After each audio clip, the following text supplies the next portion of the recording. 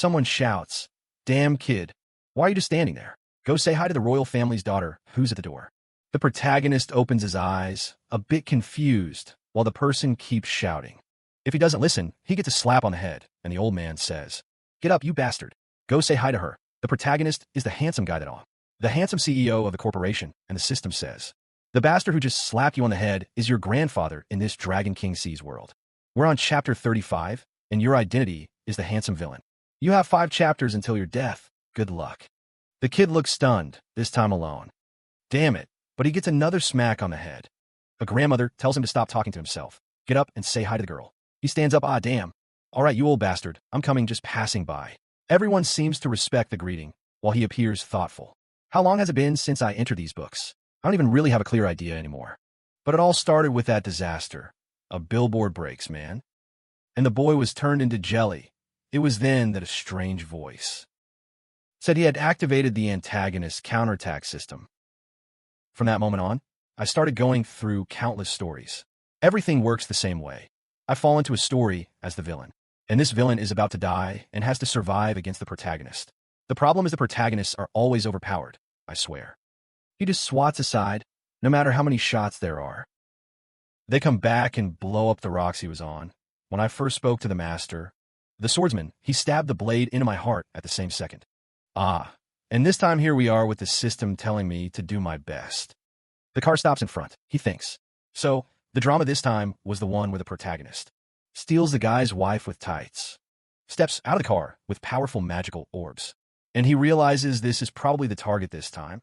On the left is the guy named Baewon, who is supposedly the protagonist of the story, and next to him is Thura, who is the eldest daughter of a Linga family. Baewon is their radiating protagonist vibes, while our little protagonist, in this case, right, only thinks about disaster. This damn guy is really shining. He comes over. "Haha, Miss Thura, want to carry your bags?" But she just says, "Don't touch me. Our boy knows. I am Lingu, eldest son of the Linga family. But I've also been her dog forever." There he is saying, "Don't mind me. I'm just here to pamper you. Pampering is what I like to do. Don't worry." And now, he's the loyal dog who's been following her for so long, yet got nothing, has to compete with this damn guy. Baewon, look here, man. Has the perfect advantage of being the bodyguard, meaning he's always close to her. In this drama, he's unstoppable. The top dog stands out completely. And the worst part is he particularly hates us. One is all cute. "Oh, Baewon, carry my little bag." The silver guy thinks, this king is really an idiot, devoting himself to a woman like that, and spending the family's resources. None of this makes sense. With only 5 chapters left, what am I going to do to win over this Ben Schwan girl? She's the kind of noble skyscraper, made just to make men happy, but this is destined to go wrong for me. You know what? I'm just not going to do much. Let me beat myself to death, endure the pain of the moment, and eventually, all of this will end. At that moment, he says, "Miss Churin, there's something I want to tell you." But she turns around. "I have nothing to hear from what you have to say. However, I also have something to say to you," he says. "Go ahead, girl, though I can already guess what you're going to say." And she just replies, "Tongue the ring. Give up your hopes. I will never marry you, even if your family makes my father earn more money through interest." Suddenly, the pro interrupts. "Phew, coincidentally, I was about to say the same thing." She still doesn't notice and is about to say she won't get involved when she snaps back to reality. "Like, what do you mean?" he says like this. "Man, I'm also wanting to cancel this marriage." Then, she's still not understanding. Meanwhile, Joao wants to know what the conspiracies are this time. The crybaby agrees and tells him to say what the little plan is, and warns that no matter what he says, she won't accept it and won't believe it. "What, are you crazy? Was he acting all tough or something?" The handsome one says. "Hey, my girl, relax. There's nothing like that." Belly button cleavage, however, says, "I've already done everything you're trying to do. You won't fool me with that little plan." The plate is there angry. "Hey, you bastard." Clearly she wants to keep me as her dog, while I'm embarrassed in front of that bastard Baewon. Unfortunately for her, I've already had my enlightenment, and I'm not dealing with stupid women. She leaves and doesn't even need to leave the door open. And man, out of nowhere, the crying girl is wondering, who said that? She looks around, confused. "It's just me here." She looks around, confused. "It's just me here. So who called me stupid? What was that?" The little protege says, Miss Shura, you're going too far. I'll explain the situation. There's no way we can work together. And that's why everything will be settled. The guy will stay there angry, and meanwhile the protege slips away. The system, however, looks and asks, hey, damn it, is there a problem with the system? Why are his thoughts leaking to the people in the story? I can't let this error be reported here. Otherwise, I'll be wiped out at least. Maybe I can fix it so that only certain thoughts and insults can be captured. The rest. Hey kid, deal with it. Rengoku is thinking. According to the story counter, Beiwan got angry. Because I stole his woman, and then, well, it resulted in a fight, which is perfect. Since if I don't do anything to Shura, he won't do anything to me either. Already in front of the door, he says they've arrived. Everyone is silent. While the crybaby is still worried about what's happening. Wondering what that weird voice was Lingyu. However, notices that, for the first time, she told the guy to stay outside. Before entering the room, though, strangely the guy didn't seem very angry either. He's already inside. The grandfather greets them, and the handsome guy then says he brought Ms. Kyle Charin. The old man in the chair says her name isn't Kyle. Her name is Charin to the boy who is so close to her. And the grandfather already orders some tea to be prepared for her. The bastard on the plate says it's okay and is thinking, there's no way I have the #1 beauty in the city, so let her go to that Bame Joao's tenant. I want to end this engagement soon and finish this stupid drama. However, once again Shura heard everything and thought, what was that voice? It seemed to come from Linguo. I can tolerate him insulting me. But why is he talking about the kiss then, Marin? She remembers him protecting her, telling her not to worry, that he would always be nearby, and she keeps thinking about that. Yeah, he's my bodyguard and I trust him because he protects me. But this has nothing to do with Arin. Could be some wrong information there. Spreading around? Lingyu is right there, not understanding anything, holding the tea for the sick person to take. Meanwhile, the grandfather says, haha, these kids are still holding back quite a bit. He says, brother, I think it's time for him to get married. Don't you think? When she suddenly stands up and says she disagrees. Sorry, Grandpa Lingyu, but I have no relation to Lingyu Rang. Marriage is out of the question because she doesn't love him, Prada says. I agree, she's right. Forcing something like that is wrong. It really is better for each to go their own way. She once again finds it strange. Why he's acting like this? Then, I believe her grandfather says, boy, haha, you have to agree with your wife, but this isn't the time for that, lad. Sometimes, she's an immature girl, so you don't have to worry about those words. Rengu, however, says, no, uncle, you misunderstand her. She's an extremely mature woman. If she's decided not to get married, then it won't happen. That's it. We definitely won't get married. No way we're getting married. Pertinho doesn't want to get beaten up by Kiss Frog for nothing. Meanwhile, Chorona is there not understanding why he changed so drastically. Yesterday, he sent me a 5,000-word letter, the grandfather says emotionally. Boy, I understand you're going to stand by her no matter what. I know. That's what you mean by the engagement, right? You're really amazing. The little plate is right there. My boy, you're misunderstanding. But the uncle turns to her and says she needs to realize this. With lunge with long, he's going after her. This marriage was going to happen, bro. But he falls and grabs his pants. No, uncle. No. I don't want to marry her. No, forgive me, please. While Ichiro listens, he thinks, damn stupid woman, you always open that big mouth to talk. Saying you don't want to marry. Why are you quiet now? You're going to start complaining to your dad. And say you don't want to marry, you fool. Oh man, but then... Ichiro suddenly smiles. The bitch's idea changed. Damn woman, really a disaster. Look what she's going to do, she says. Wow, I'm starting to understand. You're saying you don't want to marry. And I thought you had changed your mind, but you really just want to protect me, Dad. Grandpa, I've already decided if we don't have feelings, we can cultivate them. I agree to marry him. No. The Proto is confused, thinking, this girl has a problem. She took the wrong medicine. This bitch needs to go to the hospital. She didn't sleep well today. Isn't something wrong?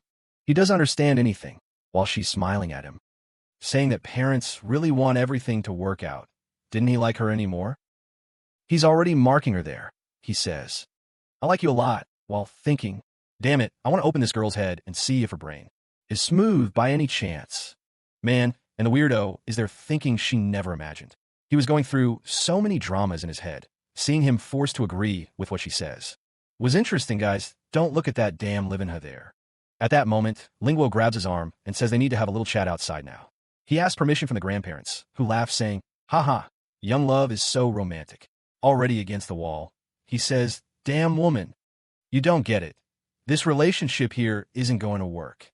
You can still refuse her, but now that she knows he's not interested, she wants to speak. This marriage was arranged by the family.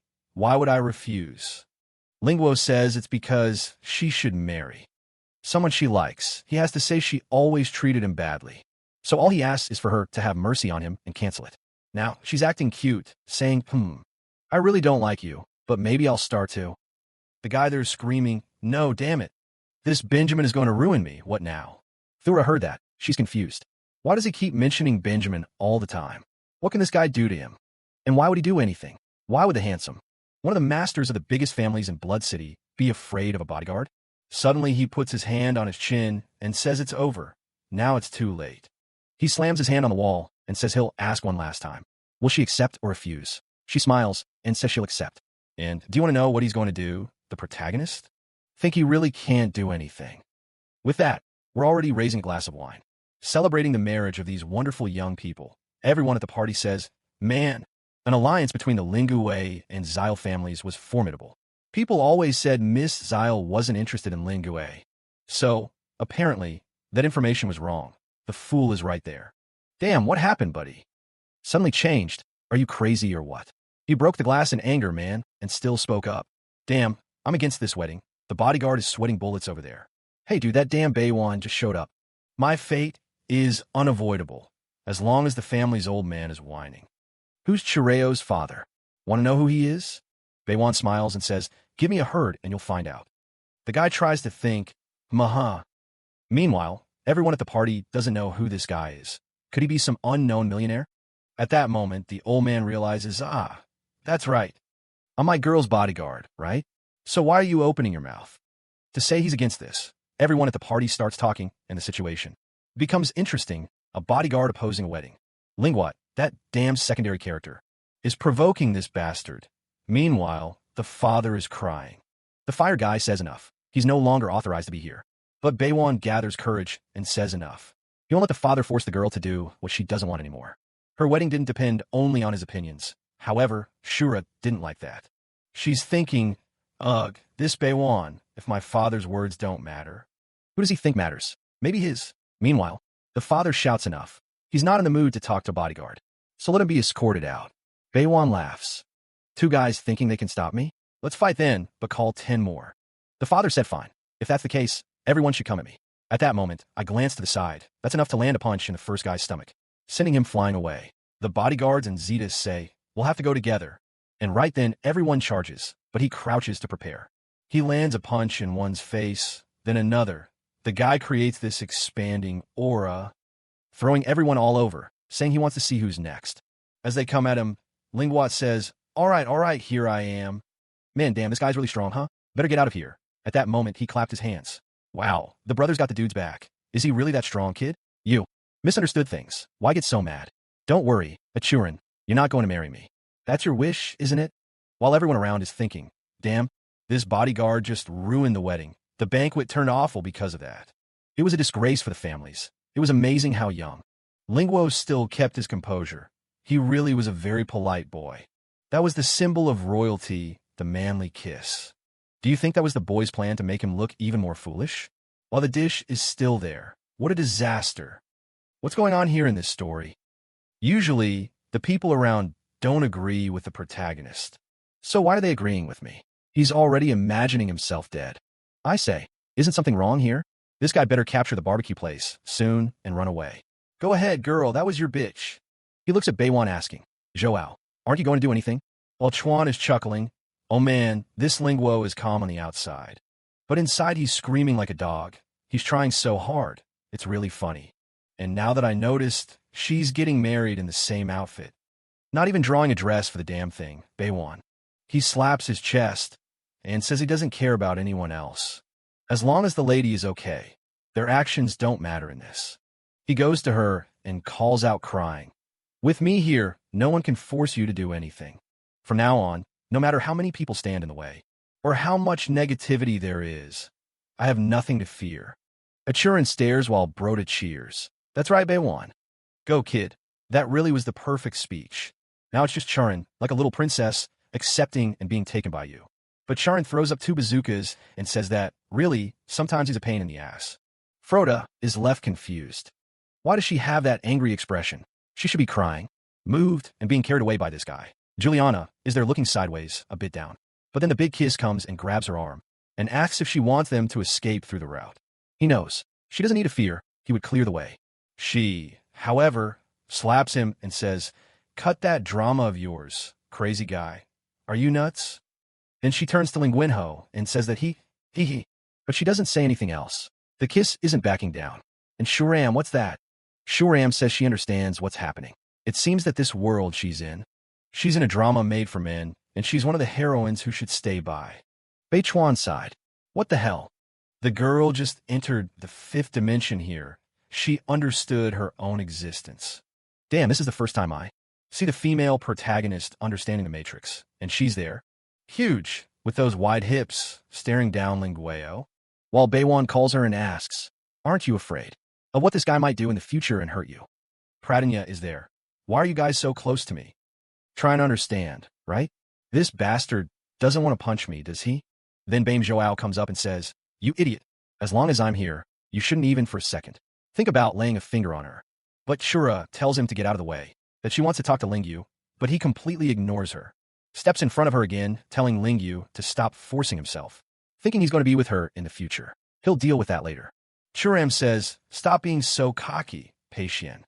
I'm not going with you." But he turns around there all love-struck, saying, "Churam, your heart is bitter. I know sometimes you say one thing, but you mean another. Even with this guy, trying to do these evil things to you, you were still kind and careful. Are you afraid that the Lingo family might try to take revenge on me?" Jura is a bit confused. Indeed, Beijuan's line of reasoning made sense, and he says her silence is deafening, but she doesn't have to worry, because he fears no retaliation. He wouldn't let such a kind and sweet girl like her fall into that Lingo family trap. At that moment, he turns angrily to the protagonist, thinking, "Damn Lingo. There's something wrong with this kid." Meanwhile, the protagonist remembers that it's right at this part of the story when he gives a glare like he wants to kill, that he was dying. He starts thinking, what a damn woman, putting on all this drama, just for this guy to come and kill me. She's taking the sword strikes there without understanding, thinking she's not guilty of anything, saying, "You damn Lingo. Do it look like I'm acting here?"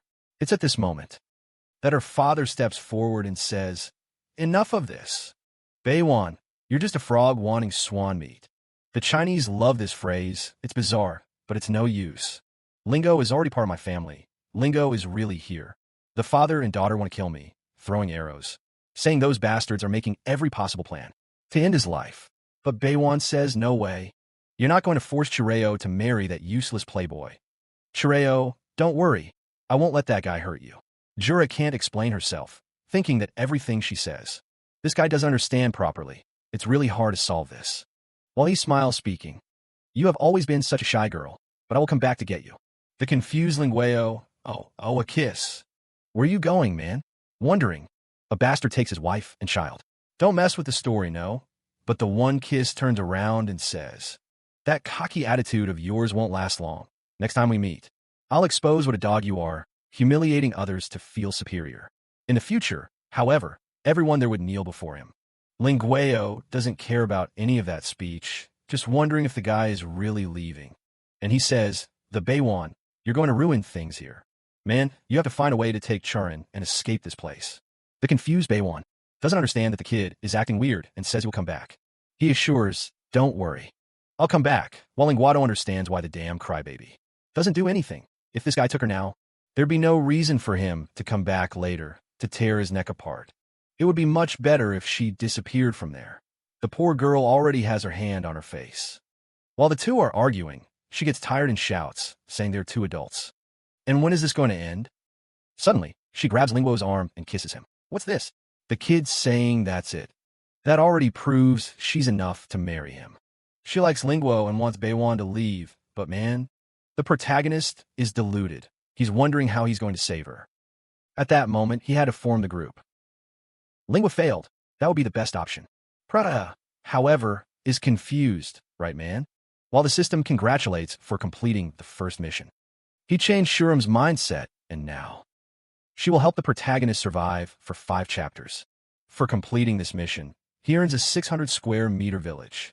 Man, this is the first time I've seen so much money in these works. The guy has to work hard to earn anything because it wasn't easy. However, the protagonist is thinking something true, right? I have 9 digits in my account. This village won't help me at all. But here we are already at our protagonist's new house. Finally, after that feast, he's able to rest a little peacefully, drinking some wine, and he says to the little system, "Is there anything for me?" Immediately, the screen appears and says, "Today begins the second phase of the story. In this part, Shuran and Lingus are forced into that alliance marriage.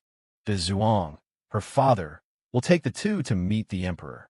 Tanzu is the uncle who trained and always took care of the Zhuang, and now he's 70 years old, and the illness is progressing, so everyone offers numerous treatments, although most of them are useless.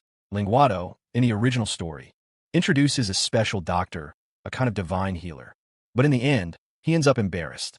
And once again, Beiwan appears and humiliates him because he had obtained the 9 deep heavens, a medical technique that achieved absolute success. Miraculously, Beiwan manages to help old Tanzu, and obviously, the man starts to like him. It's at this moment that Lingyu's family begins to lose power since Lord Tanzu decides to support Beijuan's family. Lingyu is thinking, damn it, considering the story, that damn big fish must already have the technique. Not to mention, I have nothing to offer. In other words, basically, I'm going to get beaten up. The system says, boy, don't give up, kid. You're the villain who has to push through and survive. But just then, the door opens. Someone says today is the banquet. So he better get ready. It's some guy named Hulkyung. And the system warns our boy to be careful. This guy holds the title of king of provocations. Just having the Hokkien around increases your chance of dying here by about 50%. Has the handsome guy thought about that? Damn it. Where did this bastard come from? I have to get rid of him. He's a Hokkien after all. I'm very proud to have a bodyguard like you, but you're way too talented for this. That's why I'm sending you to America to become a shareholder. Boy, you're going to make a lot of money. What's got on all confused? Hey, master, how am I supposed to do that? I don't know anything about stocks. Are you crazy? The silver one says he doesn't need to worry. Kid, believe in yourself, boy. He gave his best. Off on the plane, you're going to become the best. He's already thinking, phew, finally. With that guy provoking everyone, I'm out of here. I'm free, but no way those guys will say his name. For him to disappear just like that soon. That bald guy is back, already outside the Thanos family hotel. The boy gets out of the car, fixes his tie, and tells Chirana that he has arrived. But while he was there on the plan, kid, another wide sphere magic appears. Wanted to know why he looks so familiar. Oh my god. What is this? An action figure? I'm checking all possible angles. Kid, she gets out of the car and says she remembers now. She already pulled on the little tie. Asks if he's not the ex-boyfriend she hates the most.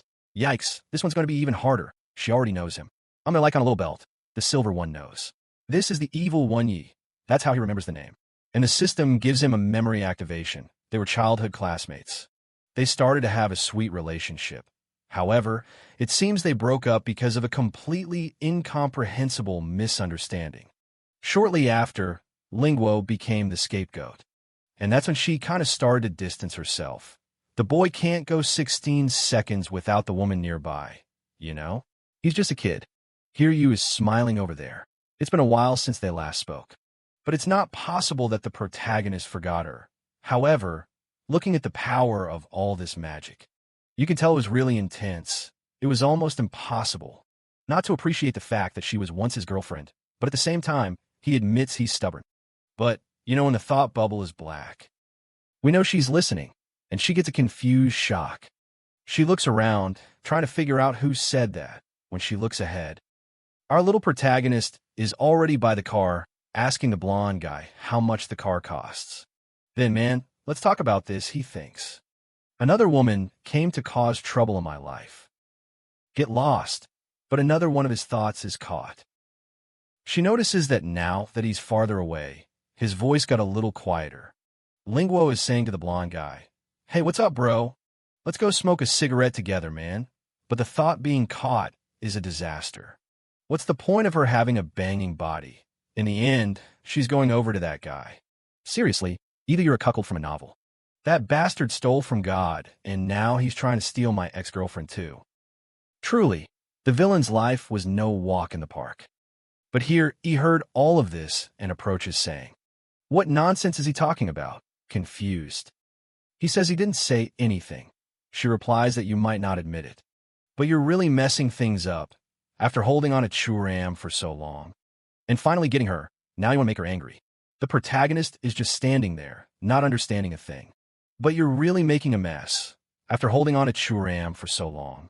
And finally getting her, now you want to make her angry. The silver one is just standing there, confused. Thinking about it, damn, I'm actually begging for a divorce. What's the point of all this? I don't even like that weird Shireo girl. A better relationship would be with someone like her, right? A childhood friend. But obviously, she heard all of that too. What a disaster. Then comes another smart woman who already realized he didn't notice. That she's listening to his monologues, but that was the least important thing. She wants to understand what's up with her being better than Chura. Oh, then tell me, why do you make a sad face when you talk about Chura? Do you not want to marry her by any chance? The handsome guy sighs and says, this marriage is a minefield. The one I was about to ask then, why you're a lackey. The little guy goes on with another monologue she listens to, saying he definitely doesn't want to be her lackey. He was forced to do that. That lunatic Shireo manipulated all the hatred from that Biko and to make this bastard want to end him. What a cursed story. Without any smarts, he wanted to kick both of them out. Yu is chuckling while he's reading like that, you know? And she's stupid, literally. Out of nowhere, a gratuitous insult. She then approaches saying now that old misunderstanding from a long time ago is explained. It wasn't his fault, damn. It's not a magic academy, but every moment there's a fireball at the protagonist. And she says it's a shame he still has to get married. The silver one throws the legendary line, saying even a good horse wants to graze in familiar fields. Damn Chinese competing in the console crates. And he's there pushing her away, saying life would really be much easier. Close to here, and the mistake. But now there's no choice. Right at that moment, Chirando gets out of the car, damn, and she heard his monologue, right? Saying it would be much better to have Edu here than Chura, man. And right then she sees this scene and screams calling for Lingyu. She's there clenching her fists in anger. Seeing the two all cuddled up, but she stops for a moment and decides she wants to win smartly. Damn, this girl plays. She comes all happy speaking our language. I've been looking for you for so long. He's all confused. What's going on, man? Is this really the Magic Academy? Another fireball hits the poor guy. He's kind of confused. She already pulls a face and says she wants a kiss. The protagonist totally clueless.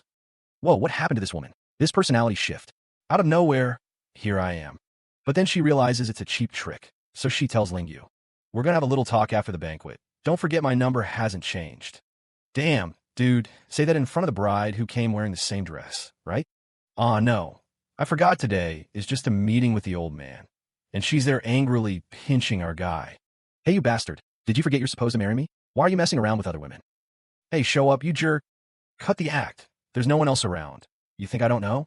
You don't even want to marry me, seriously, but she asks, do you think you're going to get away with this? The announcement's already been made, and a lot of people.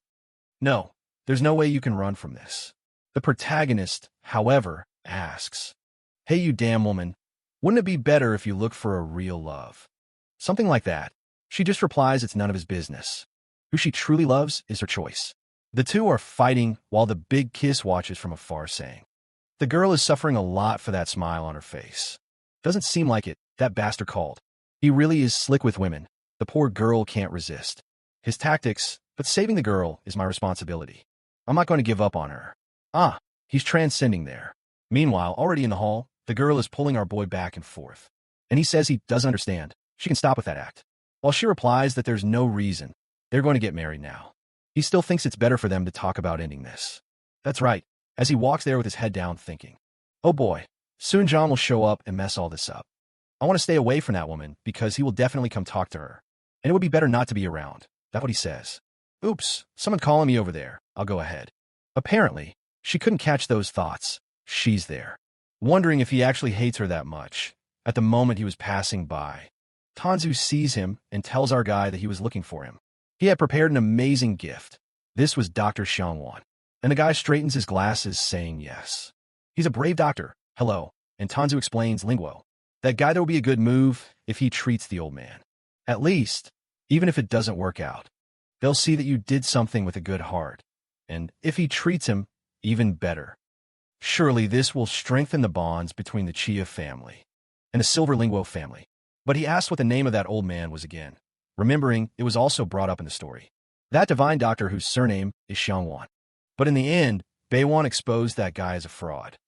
He tried to make sure that person wouldn't show up because, if he gets humiliated by Beiwan, the guy will kind of accuse him. He could end up getting beaten for no reason. He's trying to remove people who only cause trouble.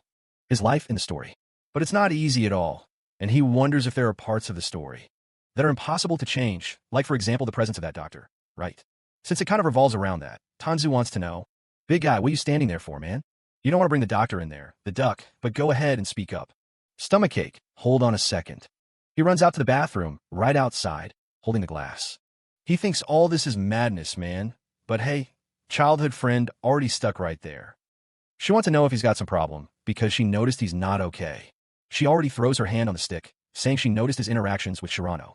Seemed very natural, she tricked him, but he just gives her a glare and tells her to take her hand away, saying he's already married. While thinking about his experience, man, in these stories, you don't lay a hand on any beautiful woman. That's because they all hover around the protagonist, but that's their saying none of that matters. Marriages can be canceled, and the prota took a look and thought and got caught, saying that this damn girl was really testing his mental fortitude. He's trying to resist, but this little demon with a slim waist. Haha, voluptuous things were tough. Of course, she blushes right then, and he wonders if he really thought that. She decides she's got to test him and goes for level 2 attack, saying she wants him to be honest. Does he prefer her or Churin? The prota turns to the side, saying Churin is his fiancée. She's just a stranger, but inside she's thinking, oh damn, I can't resist anymore. Oh man, she doesn't stop. She comes in with a precise biting attack, saying he has to be honest when he answers. They're friends. But what kind of friends are they? The pot is there telling her to have a little respect for herself, while his heart almost explodes. He says it's hard. He's a man and is almost giving up on everything here. And she's laughing at the poor guy, thinking he's a hypocrite. She's saying all this, but his thoughts make everything crystal clear. It was hilarious. The prota is there seeing that she's having fun. But right at that moment, he sees Beijao passing by. Suddenly, he pushes her and says that's enough. It's because he has a wedding going on. She's just a stranger to him. He even gets mad at himself for pushing her, thinking it's a disaster. How could I have pushed something so wonderful? But really, I can't take this any further. Otherwise, I'm screwed. I saw that. The villain's fate is to look a lot and touch very little. But the bastard hears everything. Just laughs there while wanting to know your damn move. That I'm humiliating you here. You're acting like this already thinking those bastards in this story. Don't even see him as human. He tells her to speak up because he's laughing so much. And she said it's nothing serious. She thought about some things that made her happy. Tired of this, the tongue said he's leaving. The story is already getting weird. He's out of this. He already opens the door because today he wants to stay away from all the women. At this party and that weird doctor. When that doctor finally shows up to meet the emperor, he'll fake another stomachache and disappear. But when he looks back, he sees it's strange. It was that, and the Aita fell there saying, young master, I fell to the ground. He's confused. The girl didn't move an inch from the spot. So how did she fall? Clearly, folks, she was making some evil plan, but Beijao was right there beside her watching. He knows that bastard who was just here, Itachi, young master. Help me get up, while inside she thinks. Now it's clear, he doesn't like Shura. So, she just has to take advantage of that and make her fall in love with her again. The Englishman, however, just says, you fell, it's your fault. No one told you to wear such high heels, and you manage on your own. But then he stops for a second, thinking that, even though he can't get close to her, he also can't go around offending her. What if she gets mad and goes to insult Big Kiss? That in the future, right, it will already be out there beyond him. In the end, he's going to get beaten up too and get screwed over because of it. Here the ex heard it, understood perfectly. At that moment, she speaks in Rank's language. If you don't help me, I'm going to get really mad. And when I'm mad, it can lead to serious consequences. Right then, he nervously tells her to get up slowly while thinking, damn it, don't get too close to me. That you're soon going to be Beijao one's concubine, but Kiwi can't understand. She's a noble woman from the Mao family. Why would she get involved with that Beijao one? So he asks if she can walk or if she wants to call a doctor. She all tough says, I can't walk. You'll have to hold my waist like before. Oh man. Right then, he, starts having that hemorrhage. But Beijao shows up, slaps him on the back, and tells him to let go. Now she pulls the girl and says that really, Lingyu is a disgusting person and tells her, "Don't worry, stay here by my side." Well, she's totally confused. And then he says, "You two-faced bastard, you're dating Chura. And now you're flirting with these innocent women." Lingyu is there confused, right? He flirted with who? So far he hasn't done anything. He's shouting that he's shameless, and everyone at the party is noticing and turning to look. There, I is telling him to say the worst things while Big Beijo says no way. This guy needs to be criticized unilaterally. The way he acts is a disgrace to Charon. And she needs to see his true colors soon. But just at that moment, a shaved head guy seems to want to know what's going on and what his relationship is with the sister. That's Mao Xiaojun, right? Girl, he's Killua's brother. The two are staring at each other, and it seems like they already understand each other because of that. The protagonist knows those guys are plotting a conspiracy. In the story, theoretically, Xiaojun and Kiwoo Hien are competing to see who will take control of the Mao family. And before the banquet, Xiaojun met with Bei Chuan, and they secretly made a deal. It seems that somehow they convinced Killua's side of the family to invest in that business, which is a total mess, and they're going to lose all their money. When that happens, Xiaojun will have more power and will definitely take control of the family. But the Bait One had an even smarter plan. The moment the stocks were about to crash, he was going to contact Kiwi and save her family. With that, she would obviously owe him. He just thinks those dogs are really terrible. Kiwi seems kind of shocked there and overheard everything while Xiaojun is asking if his sister needs help, but she's full of rage. She can't believe her brother was conspiring with outsiders. Because of that, and worst of all, that so-called Mars protocol. Her father actually invested in something like that. Look, then tell Xiaojun it's okay. She just needs to be alone for a while. With that, she walks away wondering. On the other hand, how does Lingguo know all this? He never cared about investments, nor studied. So how does he have this information? Could it be that he always cared about her? Maybe he thought about her all the time, and that's true love. The girl is already about to faint, but Beiwan is grabbing the protagonist, saying he doesn't even think about running away. He's going to have to show everyone what he did to the poor girl from the Mao family. Suddenly, the one who's like, what the heck, feels sorry, and tells Beiwan that's not necessary. He was helping her. He was quite chivalrous. He better let the young master go. Suddenly, she clings to the protagonist's arm and says it's Beiwan, who's talking nonsense without knowing. He's just a bodyguard. So, why are you acting like this, like a savage? The Pertinia is there thinking. Damn it, here we go again. Meanwhile, she clings to him, and I say, help me, my little leg is hurting. The Pertinia is right there, man. I'm at my wedding, and I meet someone else. She, however, touches a belly and says that if he doesn't help her, she'll scream to everyone that he tried to abuse her. At that moment, he realizes this woman is poison, and with that, the two leave together. But that's a warning for the big brother, who, when she reveals everything, better know that they're going to settle the score. The brother is just standing there, clueless. Meanwhile, in the reception room, our boy sat down, thinking that as soon as he steps out that door, it's over. Here, I'll see, but she doesn't want to let him escape.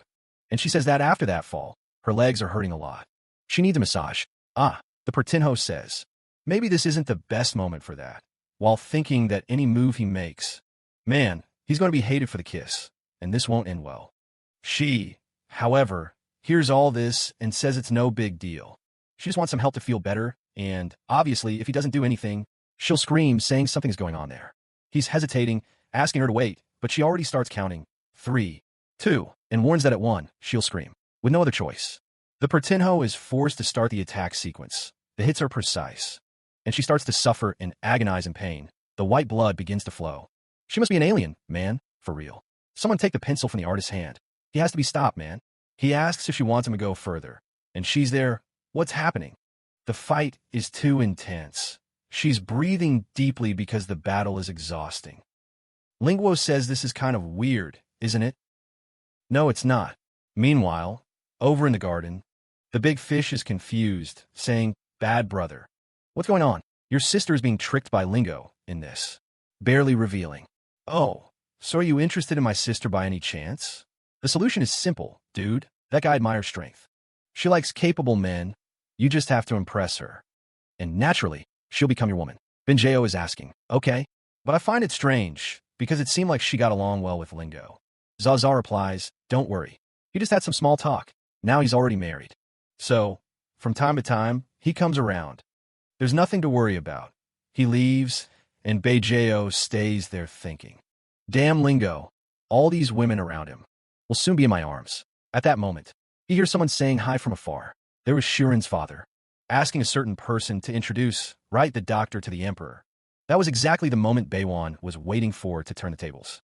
The guys are looking through the door, saying that things are getting tough. He's even fainting at night at the old man's house. The guy wasn't even waking up, and the Wong guy tells our guy that the uncle's condition is only getting worse. Indeed, he needed the divine doctor, and he asks, Xiang Wang, do you know what's going on? He puts his hand on his face and says he's almost sure. He just needs to check his pulse. Then, seeing this, Beiwan is certain that today he'll finish off Lingueo, a guy who will help old Tanzu get back up, saying that he finally woke up. He explains that this illness is strange. Several doctors have already checked. However, no one can figure it out.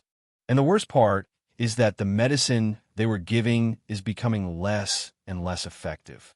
If they had any solution, please don't hesitate to let me help. Xiao Jun is telling him, Beiwan, that guy is the head of the Tan family. How confident are you that you can improve this brother's condition? Beiwan isn't stupid. And you know that damn Xiao Jun is trying to use him to gain status in the Tan family. But it's fine. Let that guy use them this time. Both want the same thing. Then he says, can I take a look at his pulse? But just by looking at his face, I'd say there's at most a 50% chance of curing him.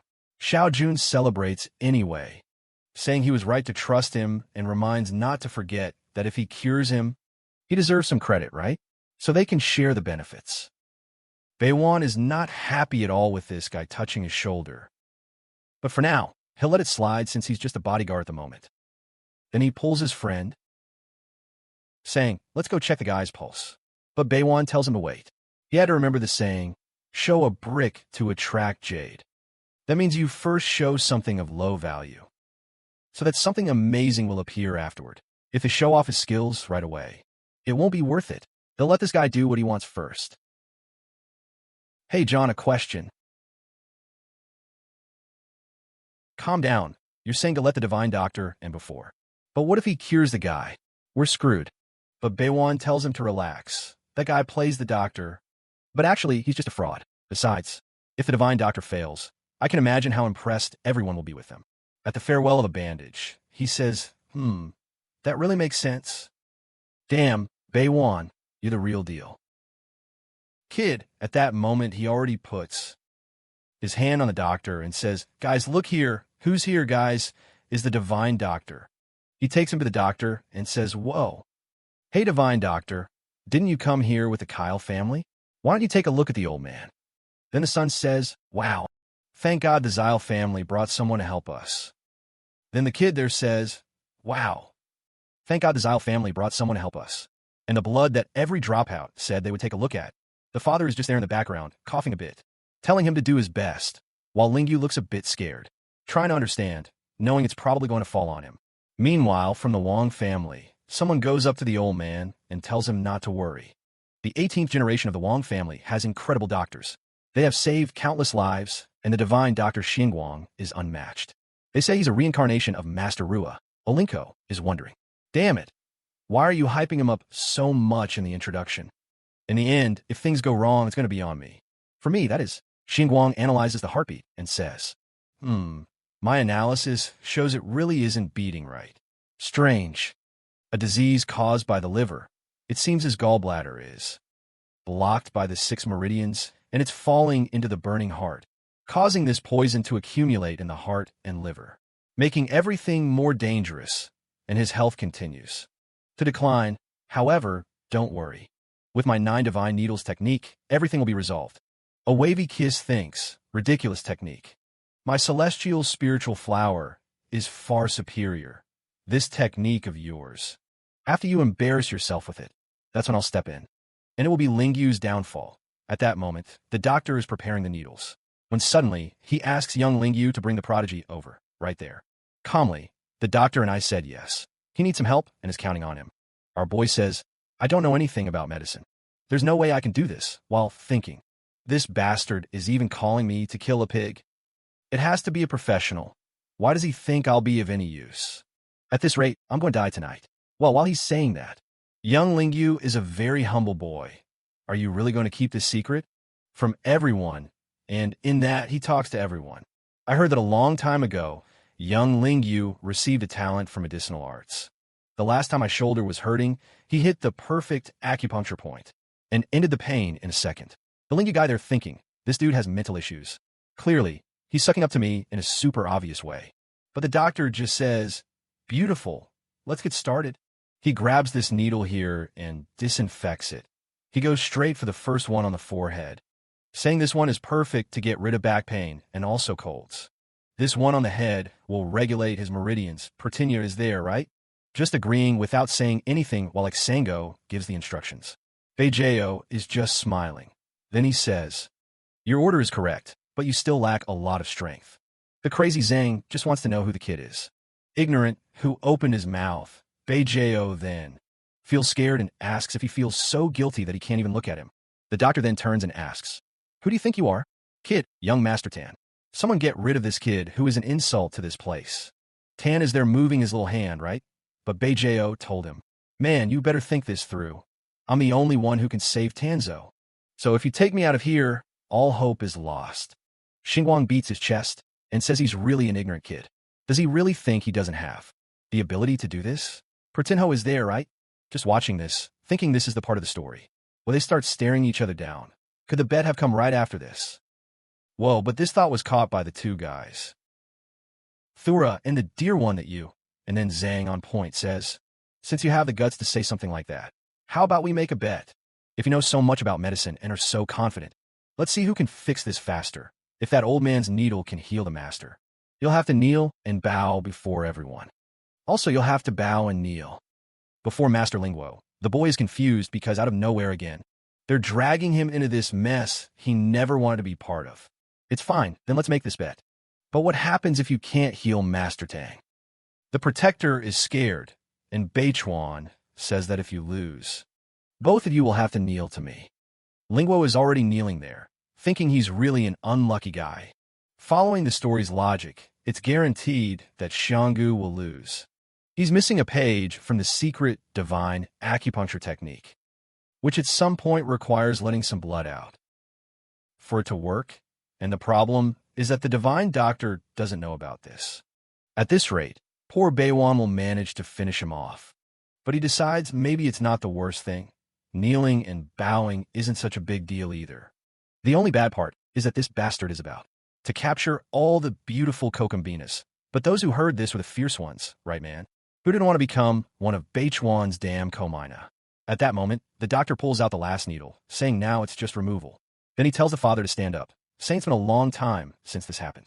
The old man then says, the pressure on my chest has really eased, and even my head feels a bit clearer. Truly, Dr. Xingguan is amazing.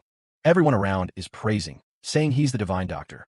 Meanwhile, Lingguo is confused. At this point in the story, the old man was supposed to spit blood. Damn, man.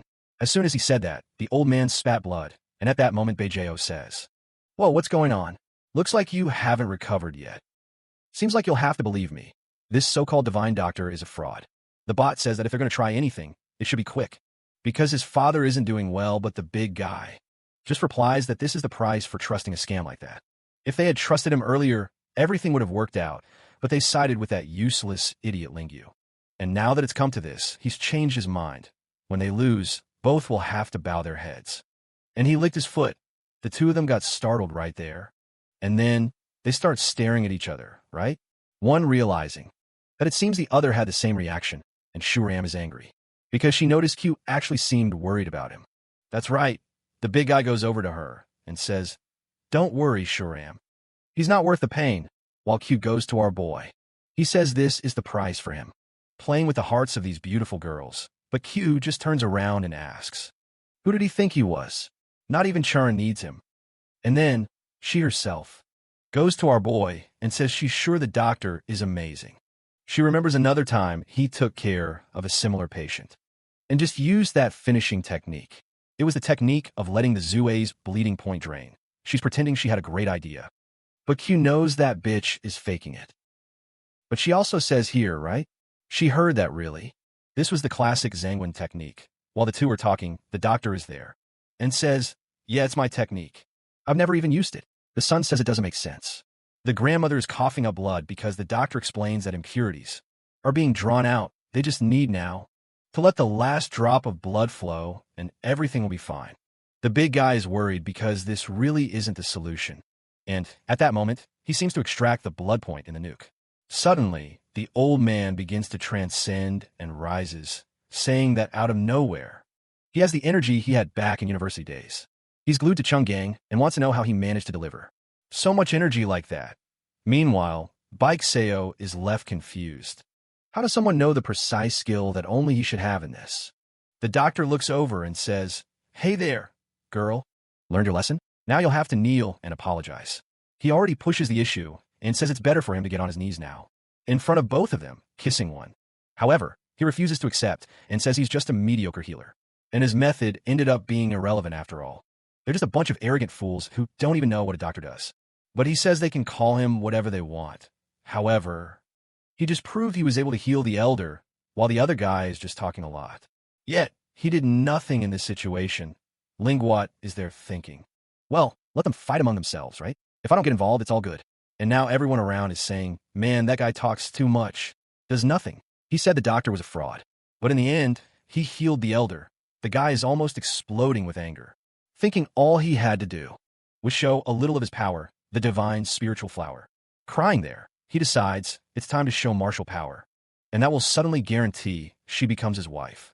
He clasps his hands, and energy starts circulating around him. Guys, damn, this crazy dude is magical.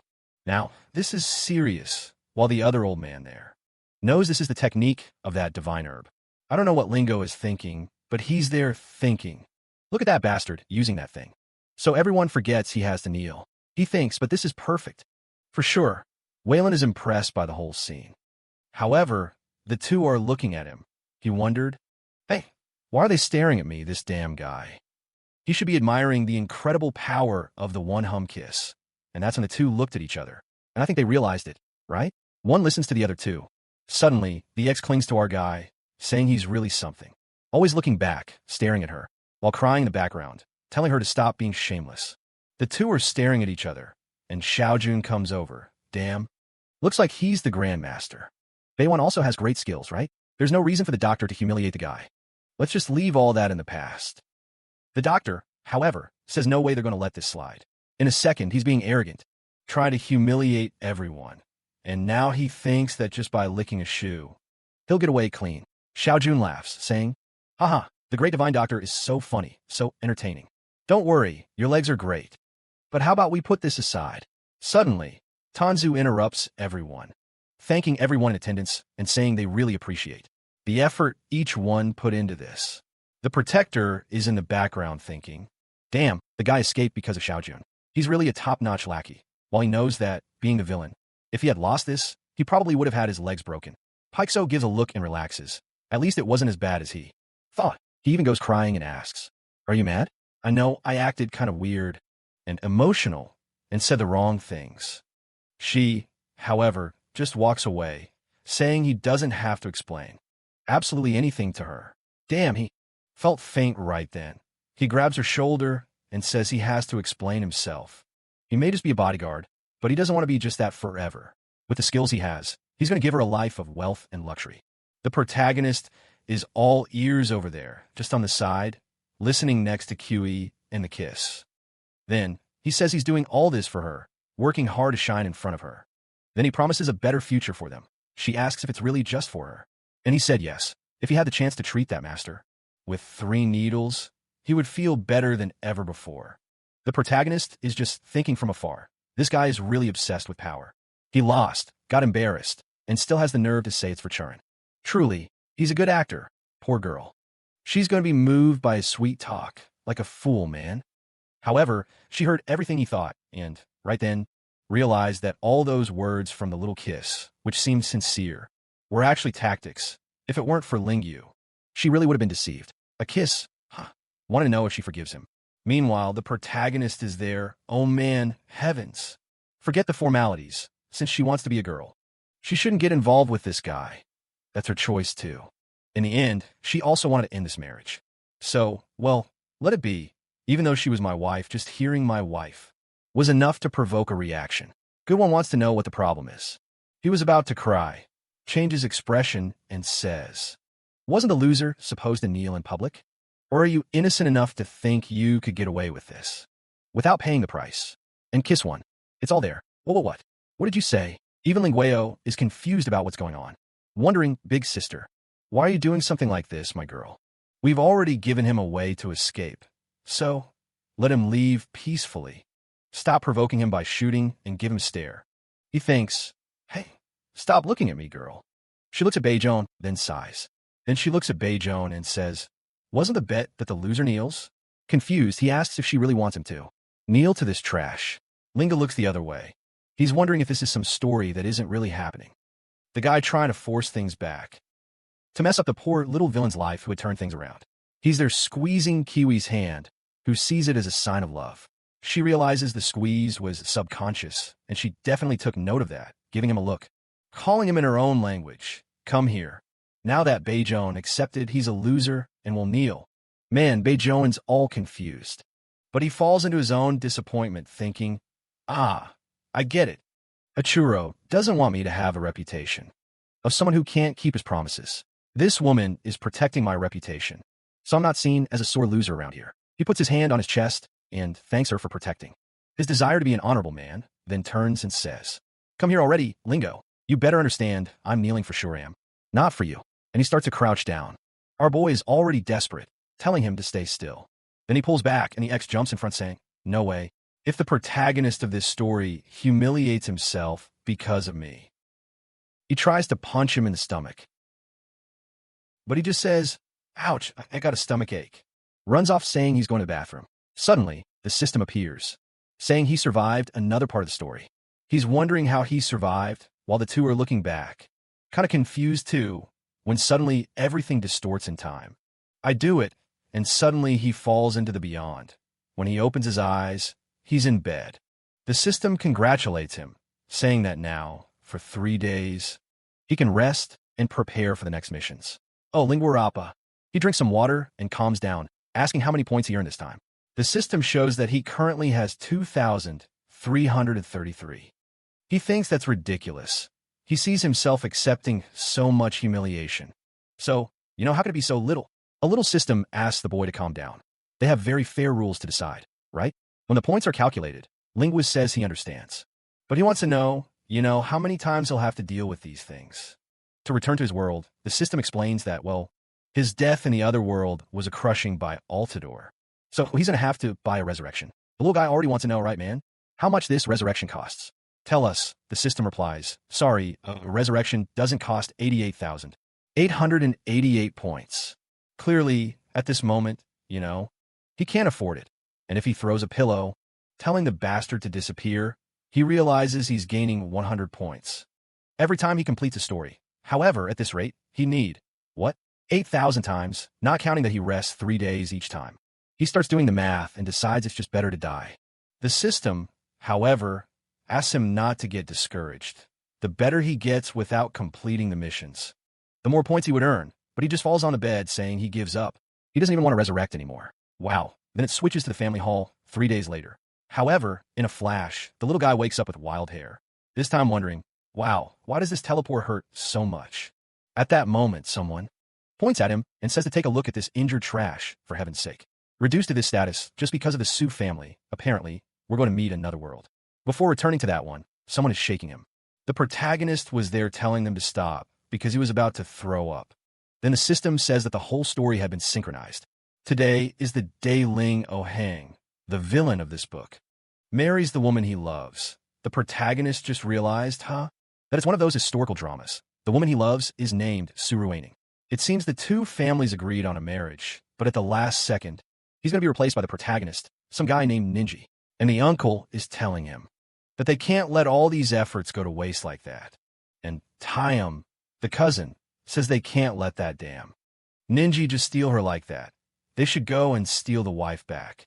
The third uncle, the one called Gang, tells them to control this young man. My boy's father named Fong, says Miss Runic, has been in love with him since childhood. Gang insists to the older brother that the Soul family broke the promise we made. Why are you getting all sentimental? If they don't respect the family ties from now on, the Lingo family shouldn't associate with the Sul family anymore. But the protagonist already received the story and is wondering if they're idiots. The Sul family will soon be at the top of negotiations in this region, because Ninji's future achievements will make everyone in the Chunshan region want to kiss his feet.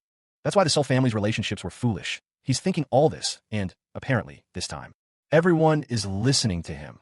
The protagonist is thinking, I'm not the only one losing the first woman. It's no big deal. Besides, this Ninji guy seems like a cool dude. The boy's family has suffered a lot, and ours made his life hard. If he hadn't been pushed to these extremes, maybe he wouldn't be against everyone. At this rate, we're going to become the villains. Oh, actually, we already are the villains. He was thinking all this, and everyone was listening. And the people are realizing they just overheard some secret. This is terrible. Someone says it's better if they all sit down. But everyone is already there feeling awkward, wanting to leave. Changing the subject, while Tiang, the cousin with blue hair, is confused about what's going on. Maro Fong, the father, asks, why don't they just forget this whole problem? Huh. How about our little one, he says. Dad, do you agree with that too? Why get stressed over something like this? I love being the more mature one here. And just wishing for a happy marriage. I had a question, Brother Hank. Are you being honest? Is there no traitor around here? Then you don't need to fake a smile and pretend to be strong. But he puts his hand on his chest and says, I'm an honest guy, friend. I don't need to pretend to be strong. I am strong. Besides, it's already late. So I'm going to take a shower and go to bed. Meanwhile, get out. Think it over and end this here. The more this guy thinks, the more mistakes they'll make. So it's better to get lost. But once again, everyone heard that and is kind of confused. Chan wonders, was he listening to the voice after the flatfish? Somehow, weirdly. And at that moment, his Uncle Gang says the meeting is over. Everyone is dismissed. And now I just realized that little cousin teasing him. There's a brown pet. Fong, the father, on the other hand, is wondering what happened. Was his son possessed somehow? Meanwhile, in our guy's room, he falls on the bed thinking, phew, I can rest a little more. But something's strange. Why was the little system so quiet today? Didn't say anything nonsense. Or just said the pot was synced and disappeared. Then it sent a machi, little system. Where are you? But nothing happens. He is sure that something is not right. The next chapter begins in the gardens of that family's house, where a girl is pulling the protagonist's cousin's arms, inviting him to read some books and study. He, however, replies that it's not worth it. The books, they were stupid, and he was no longer a child to be reading. He is the second master of the Lingyu family, born to be superior. So why would he waste time like that with that Yu? Meanwhile, the cousin, who looks more like a cousin sister, says the comments are pretty harsh. Some people say he's a worthless discard from the Su family. Others say a Ruinhing preferred to choose a poor, bankrupt person over him. Just because he's trash, others say he's horrible and doesn't bathe. For 10 days, the protagonist keeps thinking, damn, my cousin is trashing me. Damn too. He's very different, as the honorable son of the Lin Su family. And he was born quite handsome. The only problem he has is that he was spoiled too much. It's a shame he'll spend his whole life drinking, having fun, and will end up dying miserably. When the Lin Su family collapses, poor kid, he'll still be put naked to have to deal with Kalmanur. As punishment from the scholars, with everyone in town shouting, what a pity. Just because he's trash, others say he's horrible and doesn't bathe. For 10 days, the protagonist keeps thinking, damn, my cousin is trashing me. Damn too. He's very different, as the honorable son of the Lin Su family.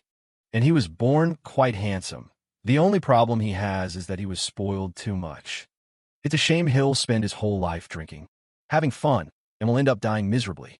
When the Lin Su family collapses, poor kid, he'll still be put naked to have to deal with Kalmanur. As punishment from the scholars, with everyone in town shouting, what a pity. But that's what happens to those who doubt the wise. The boy has a future. But there's no saving him after that intense monologue. The poor guy just stands there, not knowing what to say. The little guy just says, later, bro. I'm going back to sleep. Why don't you go play? Have a drink. But then the uncle changes his tune, saying no way. He's not one to play around. He's focused on his studies. Recently, the duck even understood, and he leaves crying, saying for now on he'll study hard until the books tear right in front of him. He's going to make all the other scholars admire him. The little guy doesn't get it, right? Hey, what the heck happened to this crazy guy? But at this moment, he's more worried about a system that requires him to pass a mission, to get out of this place, since there's not much to do at the start. He's just going to follow the original story, right? So, as not to affect the future too much. Shortly after, someone at the door says he received an invitation from the Seoul family. He wants to know, right? Where's the invitation? The guy said a young lady personally from the Seoul family came to deliver it.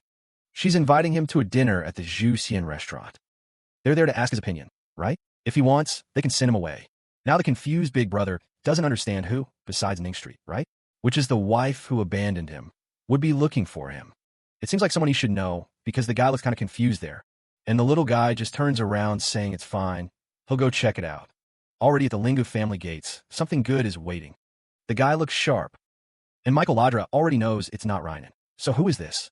He arrives there a bit awkward, fixing his clothes, saying, "Ah, I heard you call me here for dinner. So what's the big deal?" He looks back and calls out to the young master, and when he stares back, "That's right, son. That's not the girl. It's not the same girl from the other story, man." And both are wondering why it's him. "Oh man, now I'm totally confused. She's there talking to you, and he's all reciting me. What she wants to know is why you're so nervous if I didn't say anything." They're wondering if something weird is going on. Is this guy now pretending he doesn't know me by any chance? The pro is all twisted. "Ah, you're the one who came to deliver the invitation? To go to the Zwera restaurant, right?" She answers yes. "But what kind of question is that? Why are you here? What did you do now, huh? It's not the first time we've met, so why are you so surprised?" And here come the women in this story. They're all sly and clever, this one included. "I was already thinking of playing along since he wants to play this game." He twisted his words. "It was just a shock. I was just expressing my feelings for a second. I forgot we're close, like family." But then she grabs his arm and says it's a coincidence. That green outfit he's wearing suits him way better than that black one with some golden accessories. The little pro notices the shovel really looked like this one, and she was commenting exactly on the outfit he was wearing in the Tan family story, and now he's shaking, right? "Hey, system, stop that one, man. Give me my mission." That's a heroine from the other story, from the Dragon Sea. So what's she doing here? And she's staring, telling him, "Stop pretending, damn it. You think I wouldn't recognize you just because you changed clothes? Or are you just mad because you didn't marry the beauty from your childhood?" Miss slaps nobody. That sounds like something wrong to say. Why does the little pro grab her there? Oh man, he went behind and told her to be quieter. Man, he's going to explain everything. They have to stay silent. However, I find it strange, wondering if he's trying to hide inside his own house. He walks away while everyone there is just watching this. It's Linga's confused father and mother talking, right? "I think we're hallucinating, aren't we?" The mother, however, says, "I don't think so. I saw the boy grabbing Miss Q right there in the middle of the hall." He doesn't understand how the boy got so close. To the evil daughter, Q. Wong says the mother replies she doesn't know. She just found out about this too. The father is now angry, saying that this damn kid is doing something like that in broad daylight, for everyone to see. However, the mother asks him to calm down and not be cruel. That lady, there wasn't even a married woman, not to mention they don't even know what's going on. So it's better they take it slow, so as not to ruin anyone's reputation. But shortly after, the aunt, right? Aunt Zona comes shouting, saying something huge had happened. They had to take a look. It seems Uncle Enyo, who didn't want to study in the morning, was now focused on passing the imperial exam. The parents are confused. Tianer had never studied in his life. Someone is holding the manuscript there, while he, all crooked, says it's something about manifestation. The old man says that the damn kid really doesn't even know the meaning of the word virtue. Meanwhile, man, look what's at the window. The color matches the protagonist in this world. Why marry someone like that? She's wondering. What does this boy want to study? He's good for nothing. She keeps thinking, oh, once again, he's going to want to leech money from someone to go out and drink like an idiot. Good thing he's not smart enough to learn anything in this life, or else he'd be capable of causing even more damage. Meanwhile, back with the little protagonist. He sealed the door with a big plank and wants to know what the damn woman is doing there. And why did she become a cousin of the Ning Street? Here Yui says she has no idea either. When they were at that dinner with the short guy, out of nowhere, there was a bright light and she fainted. When she woke up, she was already at the Ning Street wedding. The port was all confused. This was way too strange. Not only did the system disappear, but now it's taking people from one story to another. Here Yui, however, asks why he went there to meet her at the gate. Hadn't he given up on the street? Nobody, the girl says. You think I'm crazy? My dear, it's like I'd want to steal the protagonist's wife. In the story, I'm not tired of living, man. You know, I'm an artist. She said that in the last drama, she wasn't acting like this. He was secretly taking down Banjoan, who was trying to act all high and mighty, and still flirting with Churin and playing around with her. This leaves Lingueo confused, because she spoke as if she was in a drama. Could it be she already knew she was a character? And man, Danera is listening to everything and smiles, saying yes. She already knows exactly what he's thinking. It's confusing. He says, "What do you mean you know what I'm thinking?" Crazy girl. She's about to reveal his weak spot. She says she knows everything he complains about. She can hear it all. Linguo starts remembering strange moments when she gave him elbows and reacted differently. But once again, he thinks she must be talking nonsense. This girl doesn't make sense. But she hears that too and says she's not. Seeing this, he thinks, as expected from the female lead, her smile was wonderful. That's right. She asks if he really likes. Seeing her smile that much, that's the only thing he likes. Then he realizes, right, that the damn girl really was listening to everything at the time. He is sure that this must be the system's power. The female protagonist being able to hear other people's voices. Because his little system is trash, it didn't develop properly, and is all exposed here. Wilson keeps laughing, thinking that since he cares so much about it, then so be it. He puts his hands on his back and asks if he brought her to this room just to stand there. Without saying a word, the protagonist tells her to stop, grabbing her hand. However, she wants to know where the guy who called her hot at that hotel is, damn it. Oh, Queen of the Spheres keeps sending attacks. What's this? Sent the mechanic doctor's move. The kid even asked if he thinks those things, just by looking at her, or if he personally wants to try. Wow, little tongue. He. But he chose the boss who said my name in the last story. It could be Lingo Rang, but I'm not the kid who had a high school romance with you here. The ex just said. It's even better. She doesn't care at all about that idiot who dumped her. Besides, the only thing that matters is that right now, it's just the two of them there. How should they call this situation? The duckling is there. What should we call it, man? While thinking that this damn woman is making thigh moves, at this pace, they would limit where this story is shared. And then, man, she grabs him, throws him on the bed, and says this is called a lonely man and a widow. Dry wood and an endless fire. It's also called the mountain. And she is the rain that will fall on it. My God. Life doesn't stop either, the little guy says, girl. Those who play with fire get burned, you know? Besides, it's the two of them who will suffer. She, however, reveals the magical spheres of the humanoid element, and at that moment, the protagonist changes his mind, man. Reveals the magical spheres of the humanoid element, and right then, the protagonist changes his mind, man. In this story, the problem is that the mistake is just from some random person. Since no one is watching the other girl, maybe it's no big deal for him to play around. Do something with her. I got it. It wasn't even 100% of the sphere attack yet. And she says his head is full of strange thoughts. She thought he was an innocent boy, just touched his abdomen. Suddenly, he grabs her waist and throws her, saying she was the one who asked for it. The girl is already hooked, asking if he's sure he wants to. Fighting her is going to be intense. The protagonist says he doesn't care, man. He's going to show what it means to do whatever you want in this life. She makes a fierce face and says okay. So, she wants to see how true those words are. Talk about the kid, guys. 22 chapters in, and he wins the first brutal fight here.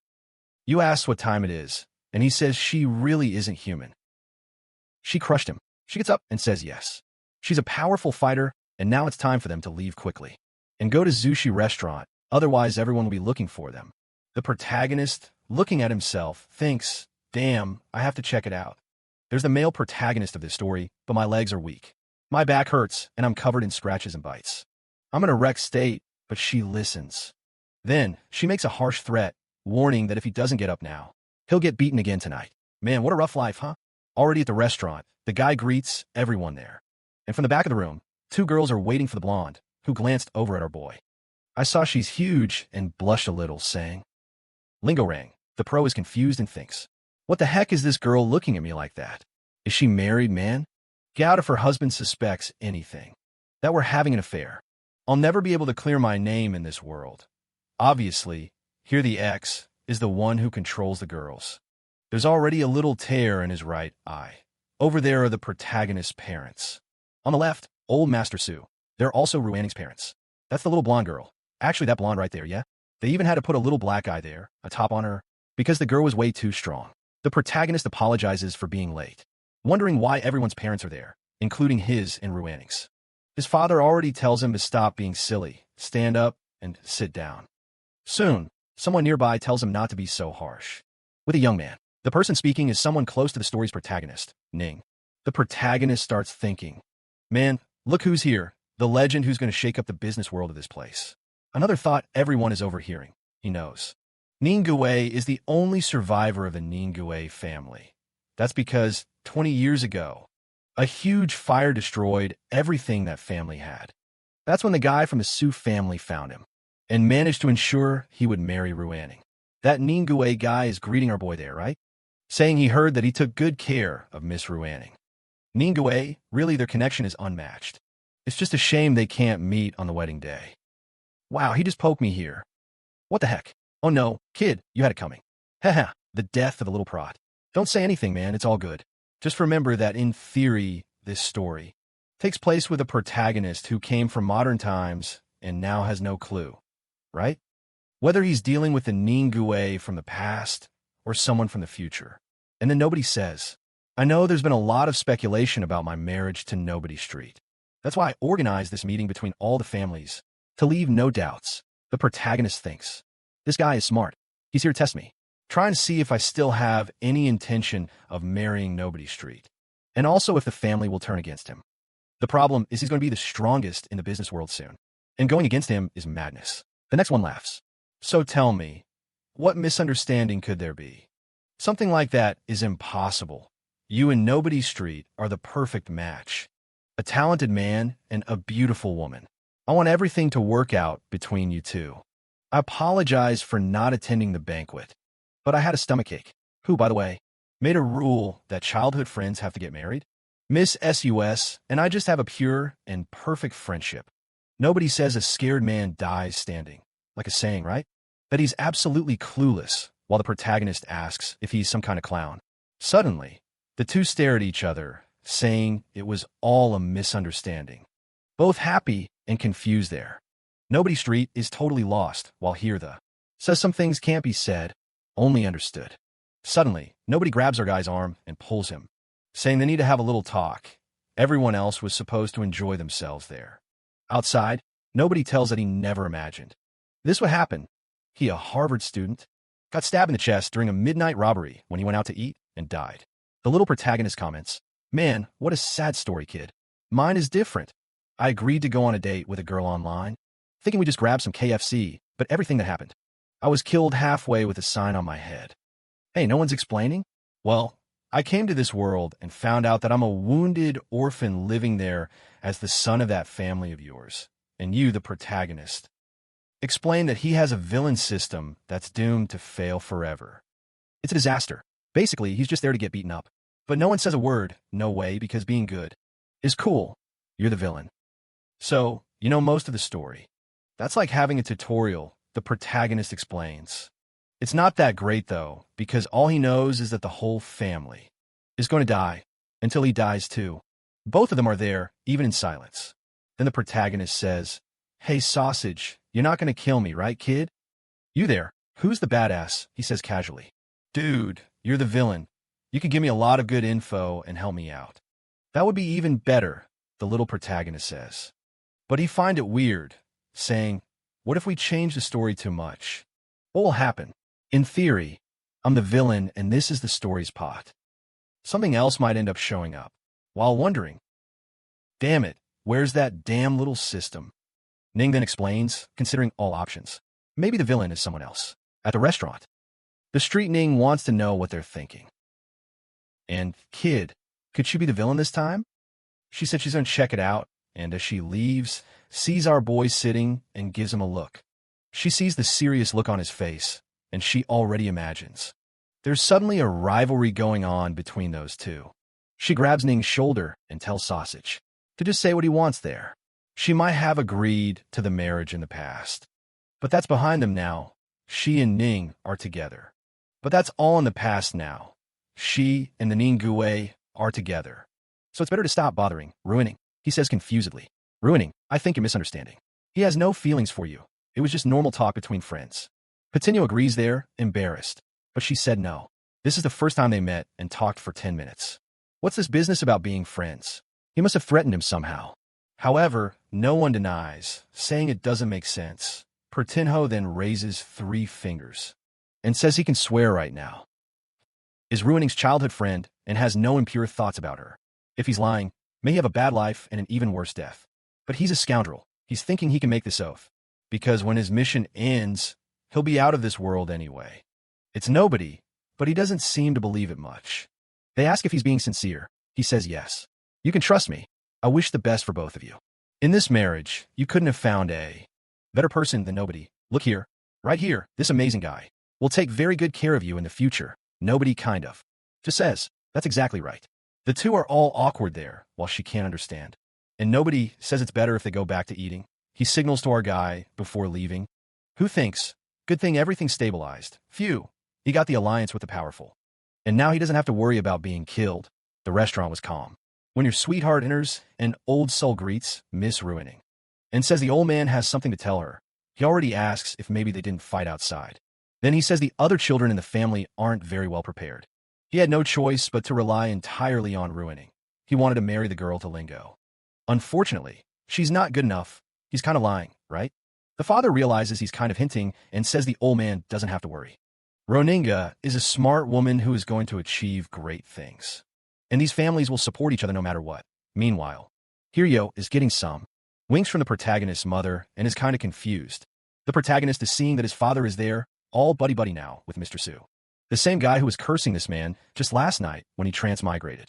Sometime later, here he is just watching our boy, while Su thanks them for dinner and says it was amazing.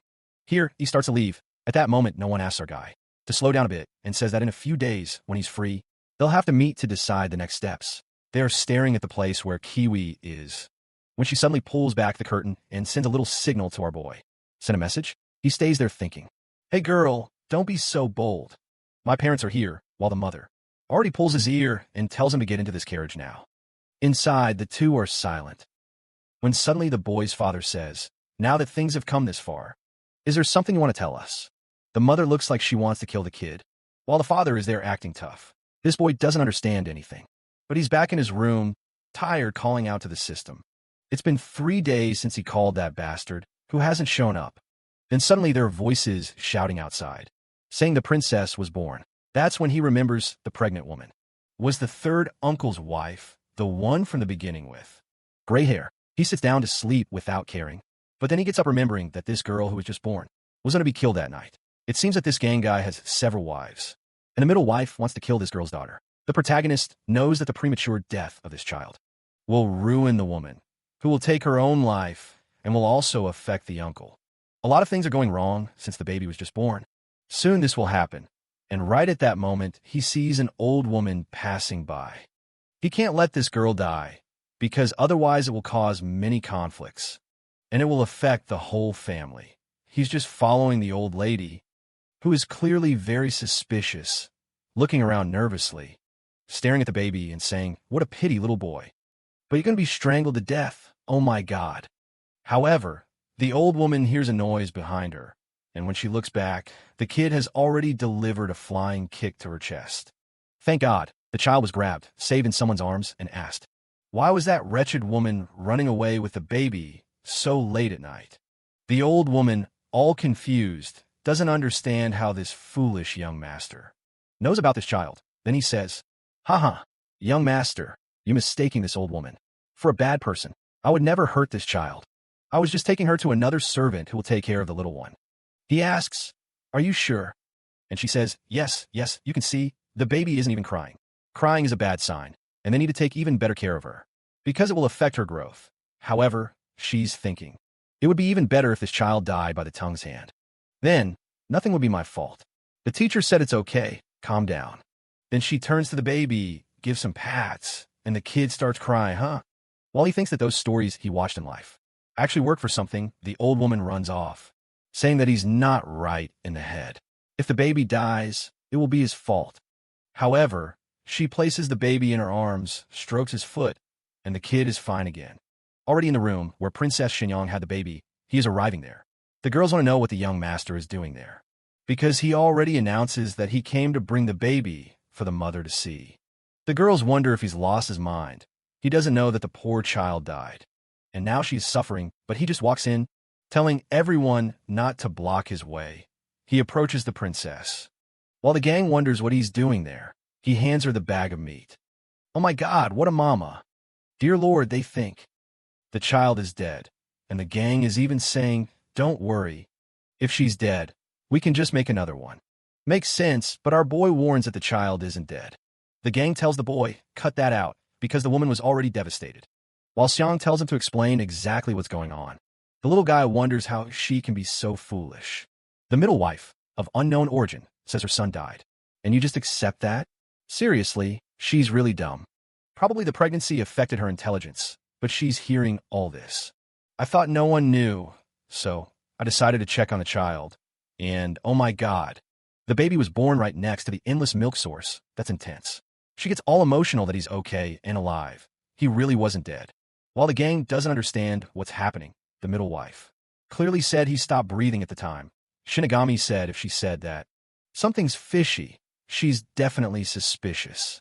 The protagonist from afar just thinks, phew, finally they notice, man. Finally, they have a chance, and the gang is about to take the child. But she slaps his chest and says she was weak before. But it's over now. He, as the father, was also fooled by the others. And he doesn't have to get close to this child anymore. Dear God. And the drama went down here. Huh? And the gang is staring at our boy there, who pretends not to see anything. The gang just agrees, then says, all right. He'll do what she's asking. He'll leave, giving her space to recover, since she must be agitated and weak right now. Damn, but he left with that look, wondering how that woman didn't handle it. In the gang story room, he's already writing that the lingo rang, interfered with the plan and failed, and now Chan Yang, even worse, knows about it. He puts the letter in the pigeon, which flies off to another room. There, it's handed to someone with a bunch of rings on their fingers, who already said they'll have to find another solution. Meanwhile, the little protege approaches the mom, saying, I'm leaving, but man. He's just giving that look back, seeing that the kid has a lot to feed on. No way, huh? That one's one of ours. The guys are already walking down the street, asking who's there. That's when he sees the big lingo. Focus on your studies, and besides that, here comes the fierce one who's the match for our boy Za Taowang. Ah, she's the second uncle's cucumber. I was confused last time. She's not our boy's, and she's warning Chan that she made some mushroom soup. He has to try it. Chan said it's okay. She can leave it there, and after finishing his studies, he'll take a look. But even Ronke just tells him to clean the table and put things away. At that moment, the servant fans him with a pen. While Tiao is complaining, the little protege is just watching all this. And he notices that, for some reason, that woman was focused on raising this kid to be useless. It was almost like she wanted him to really not be able to do anything with his life. The day is looking to the side there, right? Wanting to know, damn it, who's saying that? Meanwhile, at the same time, he starts to realize that maybe those are Hung's intentions, while she, on the other hand, he's wondering if he's moved by her kindness. She approaches, saying his eye is very red. He needs to rest more. He'd better stop reading so much. It could be bad for his health. But all her charm only makes the guy twitch. Wanted to go back to his room and sleep far away from this weirdo. The duck is there listening to the ant say he's very smart. What happened? Our curious boy has now become talkative. Meanwhile, Tiao comes and asks our boy what he thought. Our boy congratulates him, saying the kid has grown a lot, while not understanding how that damn guy knows he's there. A few days later, the little system finally appears. He already said System C, and it took too long, man.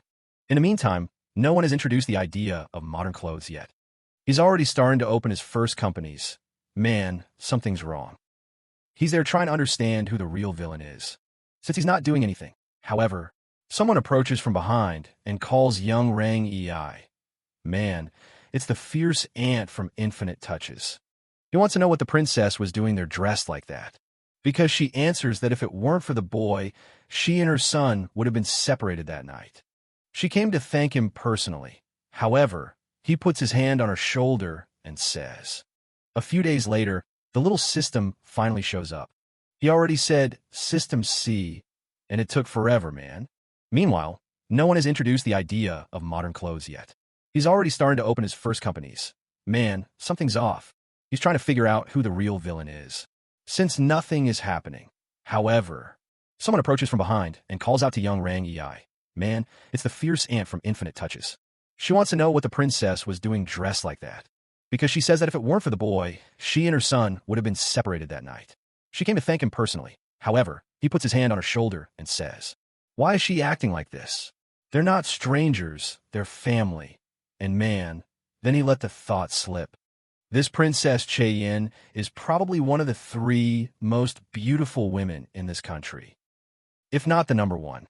That third uncle of mine is an idiot for ignoring such beauty to keep a woman like that by his side. I thought she would be shocked by what he's thinking. But she's more curious about what this other woman business is. The protagonist asks if the princess is okay because she's trembling. Meanwhile, Shannon now understands why that woman in the middle was trying to take her child away. The damn gang already had the plan to separate mother and son to get that woman involved in everything. The silver-haired guy also reveals everything, man. He thinks, man, uncle is still doing that thing to cure her illness and kick her out of the family. It's a shame, but if I tell her, her heart will be broken. She's still crying, the woman, obviously. So he just says that young Hang is very kind to her and the child. She's not an ungrateful person, so one day she'll repay when she gets the chance. Then she turns around, and he's all confused, right? Wondering if he said something wrong. Why did she leave out of nowhere? The comments are just saying that this little pot wants to drink some milk and pray with the child. But now we're at the Lingue mansion, and the fierce one is arriving. She calls Plakiel Chui and asks if she remembers what she said. That night, she said yes. She will keep an eye on that damn gang and find out who this young lady near him is and come back as soon as she knows. And FIA Tianyang says she's going to the palace, but I have a feeling that maybe that girl there is the one to blame for everything. No, and the scene shifts to the Imperial Palace Hall, where someone places a flower on the face of a black-haired person. Man, oh man, I already know who's coming back. The woman said the princess has wonderful eyes. I already know who's coming back. The woman said the princess has wonderful eyes. Much more beautiful than that thing you put on your head. The fierce one is just smirking, saying this is natural. Hey, arrogant. When suddenly, someone arrives and says that Princess Chinyang is requesting an audience. Meanwhile, over at the SUA family's clothing shop, our boy is eager to see how nobody is handling the business. Upon arriving, there's a line of copycats waiting for him, who already notices that this guy's impact on this world will be insane. The girls are offering him a new cloak, but he politely declines, saying not today. However, they insist, saying that such a handsome young master has to try on some clothes, Ling. But he's more interested in where nobody found so many wild sweets like these. Then, out of nowhere, a cloth falls over his face. Confused, he asks, "What's she doing here? Hey, dude." But he's more dangerous than ever. The girl, suddenly, throws herself onto the chair, seductively asking what he thinks of the outfit. He, a bit awkward, just wants to know, and then wants to do it again with her, but she immediately attacks with a stomp, demanded to know why he hasn't contacted her these past few days. Man, she's so cruel, crushing our boy. So mean, he's suffering right there.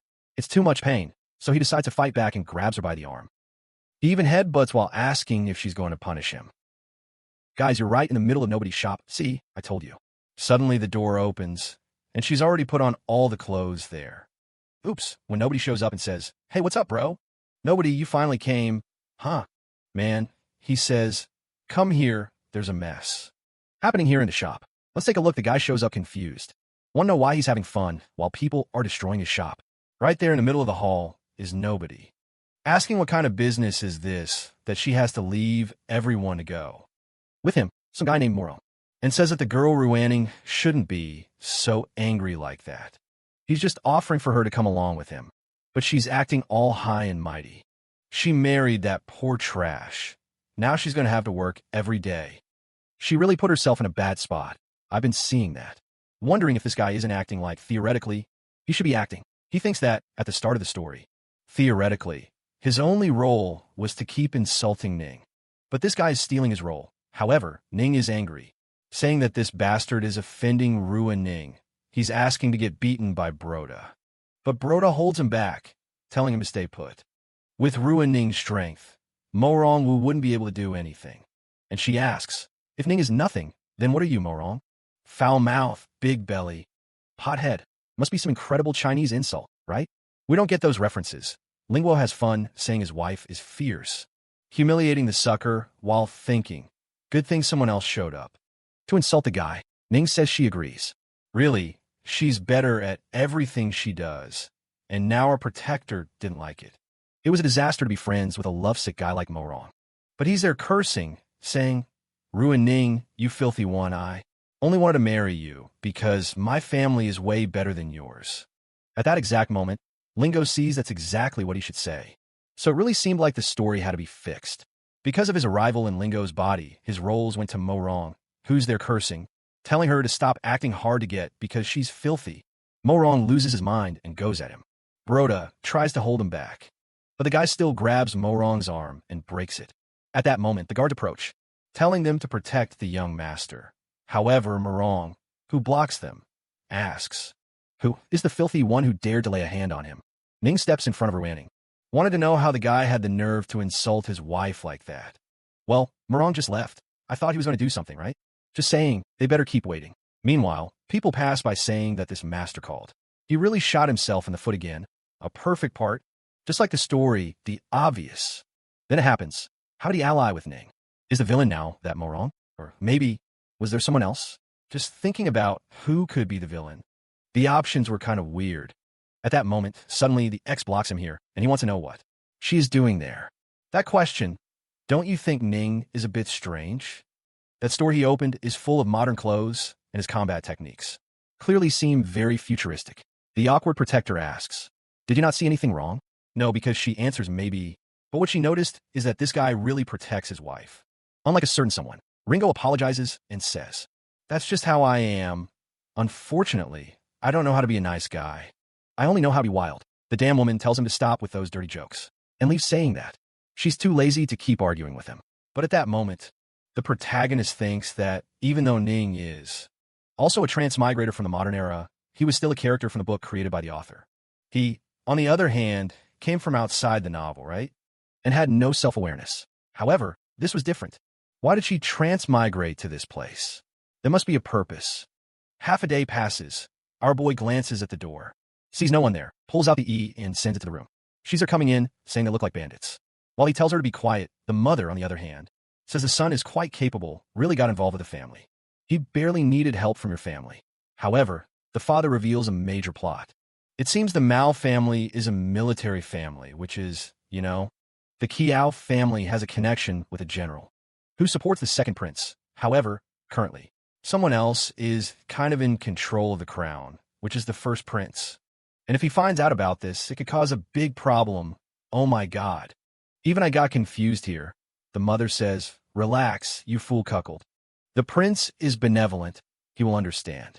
While he thinks sometimes women are really innocent, the mother insists, saying they have to take advantage now that the third princess is healthy. He replies that, speaking of which, the third brother is not a good person.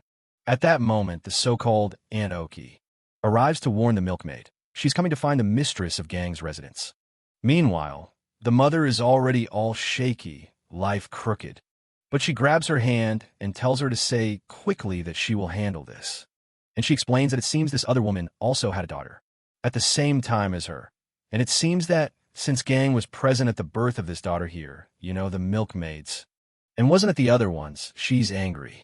And it seems that because of this, Gang promised that the marriage between those two won't last long. Soon he will leave Qinyang and join the other woman. The poor woman cries and thinks that really, for him to have plans like this, it's as if he already knows she's going to die. And now she realizes that if the daughter had died, she would truly be sad. She would probably be an easy target, and worst of all, is that all of this was planned by her husband, and she knows all of this only didn't happen. Because all of this was planned by her husband, and she knows all of this only didn't happen. Because Lingo revealed all the plans, she will remember that kindness. However, besides her, there's also E here who is thinking of being very kind as well. But today she is a bit angry, saying that if he's not going to say anything, she's leaving. Whoa, and she's that mad because she thought she had been called for an intense fight. In broad daylight, though, she's disappointed. Man, this one is really tough, and the little plate is serving it to her. I have something to ask you. Did you happen to receive a special mission? Then, when she ended up in this Nobel, she instantly said no. You find it strange. Hey, do you have any info on the plot? There's a system happening here, I say. What? Are you crazy? I only saw a white light appear in this place. There's nothing beyond that. The plot is all confused. It's quite different from what happened to him. So he wants to know, right? Where's Churin? She was also one of the female leads. So, in theory, she should come to this story. Ah, I already said that now he understands. He's stalling to speak. But he wanted to talk about another woman, apparently, right? He tells her to calm down, or you're crazy. He just wants to talk about other characters. To understand what's going on here, he will say that he never met anyone in this world named Churin. That's when she stops. He asks what's wrong, and she explains that actually, the crown princess has a biological sister named Xiakorin. And in another mansion, look who's there, dude. The tough one asking if the boy's name is Lingo Rang. The maid said yes. She smiled, saying she didn't expect it. She really will be able to meet him again. The scene shifts to the day of the celebration, and everyone is there, congratulating the milkmaid for having such a healthy little baby boy. The mother of our little protagonist arrives. Congratulations, princess. Many good visitors come, but they're already approaching. You want to know, right? Where the hell is that bastard's father? That drunk kid? I thought he just said he didn't care about that guy. He could die, or whatever. A little later, everyone is talking. That soon it will start getting dark, man, when suddenly Tang shows up all. Hey, I'm here, guys. Let me sit in this chair, next to my beloved wife and this daughter that I definitely want in this world. Xinyang wants to know why you took so long and didn't prepare. To be here at the right moment. He, embarrassed, says he did prepare. Even brought an amazing gift for his daughter. Damn. But she just glares and asks if he really thinks that silver piece is worth more than his presents to their daughter.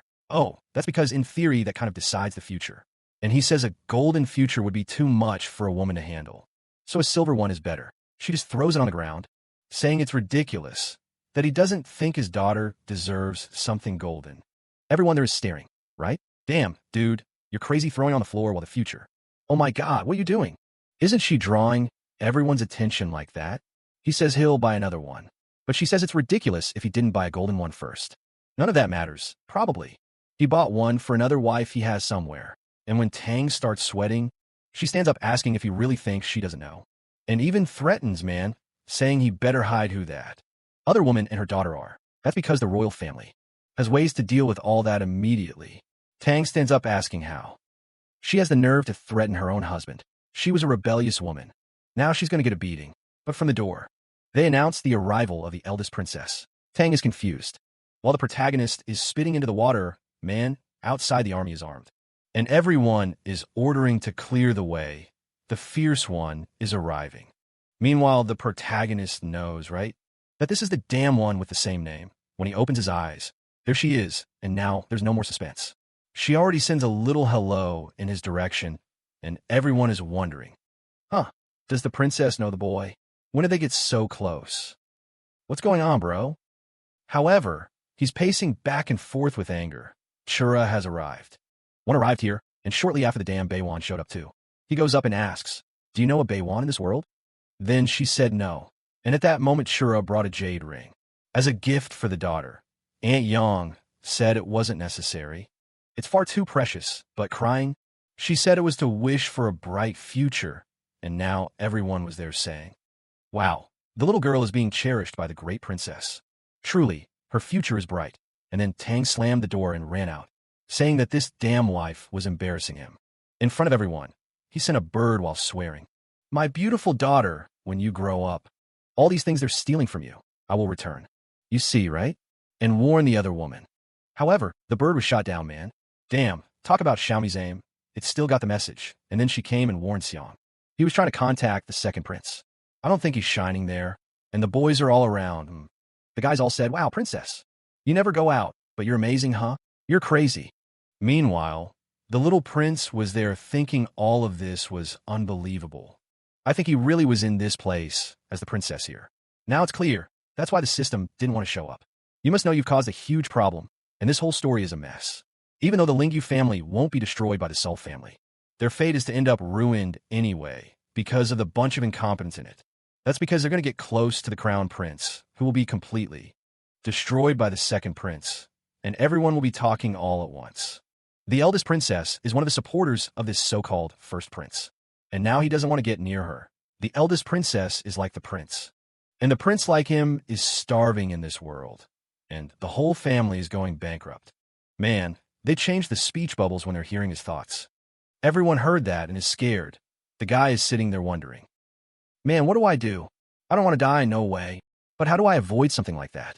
I'd have to make lightning strike from the sky on the second prince's head. That was the best solution. Ah, but that would be ridiculous. How about we just reveal ourselves? We just need to make sure the second prince dies first. Then nobody will hurt the Lingyu family. Yeah, I think that's absolutely it. Everyone is listening. Even the parents are there. Man, thinking there, asking, hey, Lingyu kid, what you doing, kid? He just leaves with his hand on his face, thinking, if this second prince dies, everything's solved. It's better than a rebellion. And the parents are staring at each other. Our son is crazy. But at night, everyone says goodbye to the princess in the carriage, while our boy goes to his room, thinking that tomorrow he'll figure out how to solve all this. But when he lifts the pillow, look who's waiting for the boy. It's the fierce one, he said. You bastard, aren't you supposed to be in the carriage? She said. Yes, but I just snuck out, climbed the wall, and cast a flatfish. He's getting smart. Now he wants to know if she isn't also hearing his thoughts. She asks if he's talking about his thoughts, and he immediately realizes that she can hear too. So he says yes, she knows everything. About the rebellion he wants to start and about killing the second prince. He crossed his arms and said he's not a bad person. He just wants to survive. Man, this story is brutal. She replies, however, that he's an idiot for thinking of so many solutions. But forgetting about her at this moment. She's the eldest princess, and if the first prince is going to be destroyed by the second, obviously she'll be affected too. So why don't they join forces? Smiling, what is thinking there, little girl? I know that's a good idea, but your life is full of messes, and it will only bring trouble to me. But well, she hears this and stands up saying he can think whatever he wants. She offered casually, but it's good not to forget that she's the eldest princess. If she talks to their father, she can force a marriage with him whenever she wants. Our boy is truly crushed by this reality. And he grabs her, asking the lady to think twice. They should, right? Take a step back and analyze the situation logically. First, their relationship is just characters in a story. They don't even know each other. So why is she talking about stuff like this? Not to mention they're not even getting married. They could just be friends. Suddenly, however, something falls into his hand. Man, out of nowhere she was crying. He's all confused. Hey, you're crying? Why, dummy? Stop crying. I was joking. Actually, we really can help each other, right? It's going to be amazing. Not to mention, I just don't want to marry. Because you're superior to my uncles. It's weird. Marrying someone superior to them. The whole family would be thrown into chaos. He's trying to come up with 1,000 excuses. However, Shuram just says it's fine. He does whatever he wants. She's leaving and will inform her father that he wants to rebel and kill the second prince. Tomorrow, the entire Lingyu family, along with him, will be executed. She might not have evidence. However, her father loves and trusts her. So, she's sure his family won't be spared. Her crying was because she was deeply saddened to see that everyone there in that place was going to die. The little prince is there, not knowing what to do. Suddenly, he grabs her and says he changed his mind. The marriage would be amazing. He's a young man full of energy. Let's get married now, woman. Oh, a guy full of energy. So, she already pulled him by the waist and says he needs more motivation. The little prince is thinking mentally. Hey, Zeruin, are you listening to me? I don't know what to tell you, so I'll just think here. What's in my heart and tell you? I'm already Q's man, and in this world here, she's General Meow's granddaughter. And I met her way before you. I already have a relationship with her. And I've also done that thing, so it's better we don't keep a certain distance. Oh man. Girl crying. I'd slap you across the face. Haha. Our boy is even crying. Damn, Chalafa. Hey, you bastard. Do you think I'm giving you a reward? This is a punishment. You have no choice. What the heck? The protector got thrown to the slaughter. He says, huh, what do you mean? Punishment? I don't think so. Tell him to remember that the Mao family is connected to the second prince. So, he must be a traitor too, and that's why he has to be punished. Damn, man, how cruel. Look at this, kids. What's up, kid? Dragon Ball Zero is fight and Dragon Sphere in play. Are you crazy, man? I feel sorry for a kid like that. Look, it just got intense now, a little protege. He's not going to survive, man. Switch places with me. Heh, man, he pulled the spider move. Got in, trapped him. Wow, there's no way to escape that one, geez. And she still says he's neither fast nor strong enough. Damn, humiliating him in the middle of the fight. You gonna let that slide, little protege? You're crazy. What's going on? It was just like a freezer battle, man. It spanned several chapters, action scenes, and we're already on the next day. Our little protege is still an honest kid. After the fight, he took her armor and gave it back. She thanks him, saying if she'd known he'd be so obedient after that, she would have fought first. She already knows, telling the room it's not to escort her. He's already served enough, the sucker, right? All twisted up, just thankful for the company. She starts to leave, but turns around and tells him to get ready. That what they didn't conquer before must be conquered now. And she's going to wait for him obediently to get married. And man, the worst part is when she jumped the wall. The whole family was there on the bridge for some random reason. And they saw everything. The father already knew something big was going to happen. While the mother is losing her mind because the princess left her son's room, the father wonders, could it have been those mysterious words everyone heard that caused this effect? The aunt agrees, and now everyone's looking at each other's faces, asking if they heard it too. Did you hear it too? The mother relaxes, saying, wow, I thought I was losing my mind. I was hearing his voice without him even opening his mouth. At that moment, the father said he noticed something strange. When the gang's third brother is around, he doesn't react when Lingo speaks. Seems like he can't hear his voices. Oh, Dad, then stop overthinking. The boy Lingyu really is a good kid. All his thoughts revolve around benefiting the family. Lingyu just had to remember what happened when there was a problem with Ningguei, instead of suffering and wanting to accuse the guy of stealing his childhood wife. He simply accepted it and even supported the guy. That way, the Lingyu family escaped a huge problem. On the other hand, the third brother is always ambitious and wants to destroy the family. Maybe the people who don't want the best for the Lingyu family are those who can't hear his thoughts. Man, the people in this world are way too smart, the boy from heaven. Chong replies that it makes sense. However, they'll have to test it first. But now they were already decided on that.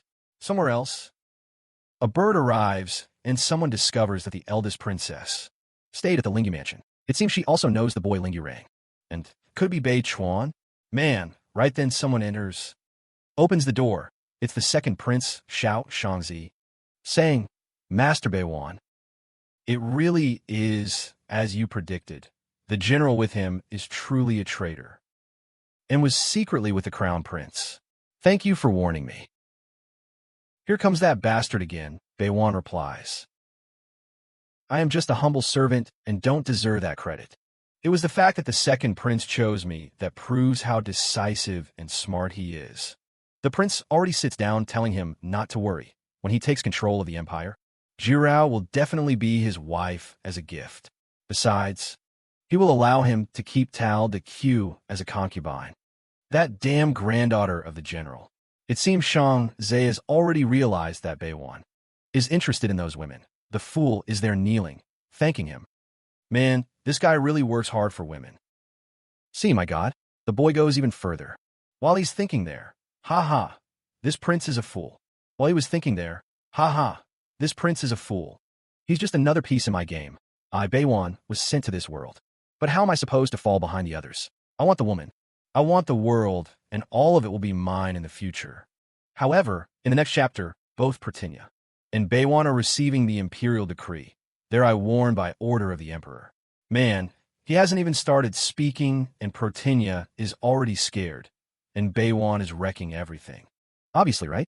Everyone is now aware of Chern's marriage. To our boy, Chang's is the second prince. Confused, Funk? It doesn't make sense. Who would the princess suddenly marry out of nowhere? That so-called Lingua family is just a merchant family, and that boy Rang is only one of the descendants. It's nothing special, Beiwan. But he already knows the name. Speak up, that bastard must have pulled some trick. Could the soul of Lingua, Rang, be the same soul as that Linguado? From another world? Now it's explained. He puts his hand on his head, saying that bastard is a curse. Moving on, the prince is all, not understanding what this crazy guy is saying. Then he says, Baewon, relax, man. We have plenty of time until the wedding date, right? The bro wants to know what you suggest. So then explain, in a few days. We're going to organize a flower viewing party. All the ministers will be there with their families. To be invited to have fun. If he pulled some strings and managed to make Lingwu embarrassed and suffer disgrace, that wedding will definitely be annulled by Baewon. It's time to thank your highness. And to be honest, he was transmigrated and is being manipulated by the second prince. He's going to be a brat. Really useless. He deserves everything he had to get in that head. And man, meanwhile, somewhere else, here he is going 1,000 miles an hour while they tell him not to enter without permission. The barbecue went to greet her and asked what she was doing there. Here the guy already comes in saying that her highness is too early to act like a concubine. Koreo immediately realizes that, apparently, the damn woman is there also because of Lingyu. And Kiwi says they will have to see who he really is going to choose. Meanwhile, back at the protagonist's house, the father is wondering, right? Where's the princess? Why hasn't she arrived? The brother warns that she and the girl from the family barely met, and both are going to see Lingyu. The whole family is now in shock, man. And the scene cuts to our boy there, not knowing what to do, with both of them whispering in his ear, "Who are you going to choose?" Wow, man, the fight is intense. Wow, the direct attack has already started. I don't think so. He says he doesn't forget that his family is loyal to the second prince. And you want to get involved with someone from the Lingyu family? Surely they won't agree with that. But he said, "My grandfather loves me more than anything in this world. I can choose to be with whoever I want, and he will be convinced." At that moment, Shirao grabbed the protagonist and said that, even so, her family was second class. She is the daughter of the great prince. And obviously, she has already received the marriage guarantee. How is she going to compete with that? Man, here Epoxy warns to be careful, because her grandfather has 500,000 heavy cavalry, which is way better than any marriage. It was going to be an intense fight for whoever is suffering all this. It's the little protagonist there, not knowing what to do. However, at that moment, he seems to have an idea and asks how many troops she talked about. Then she, a bit confused, says, 500,000 troops. He starts doing some calculations and says, "Well, if that's the case, I want to ask you something. With 500,000 troops, why don't you become the emperors of this place?" At that moment, he begins to understand why the second prince can compete with the first. And here the king says he is finally realizing how powerful the Mao family is.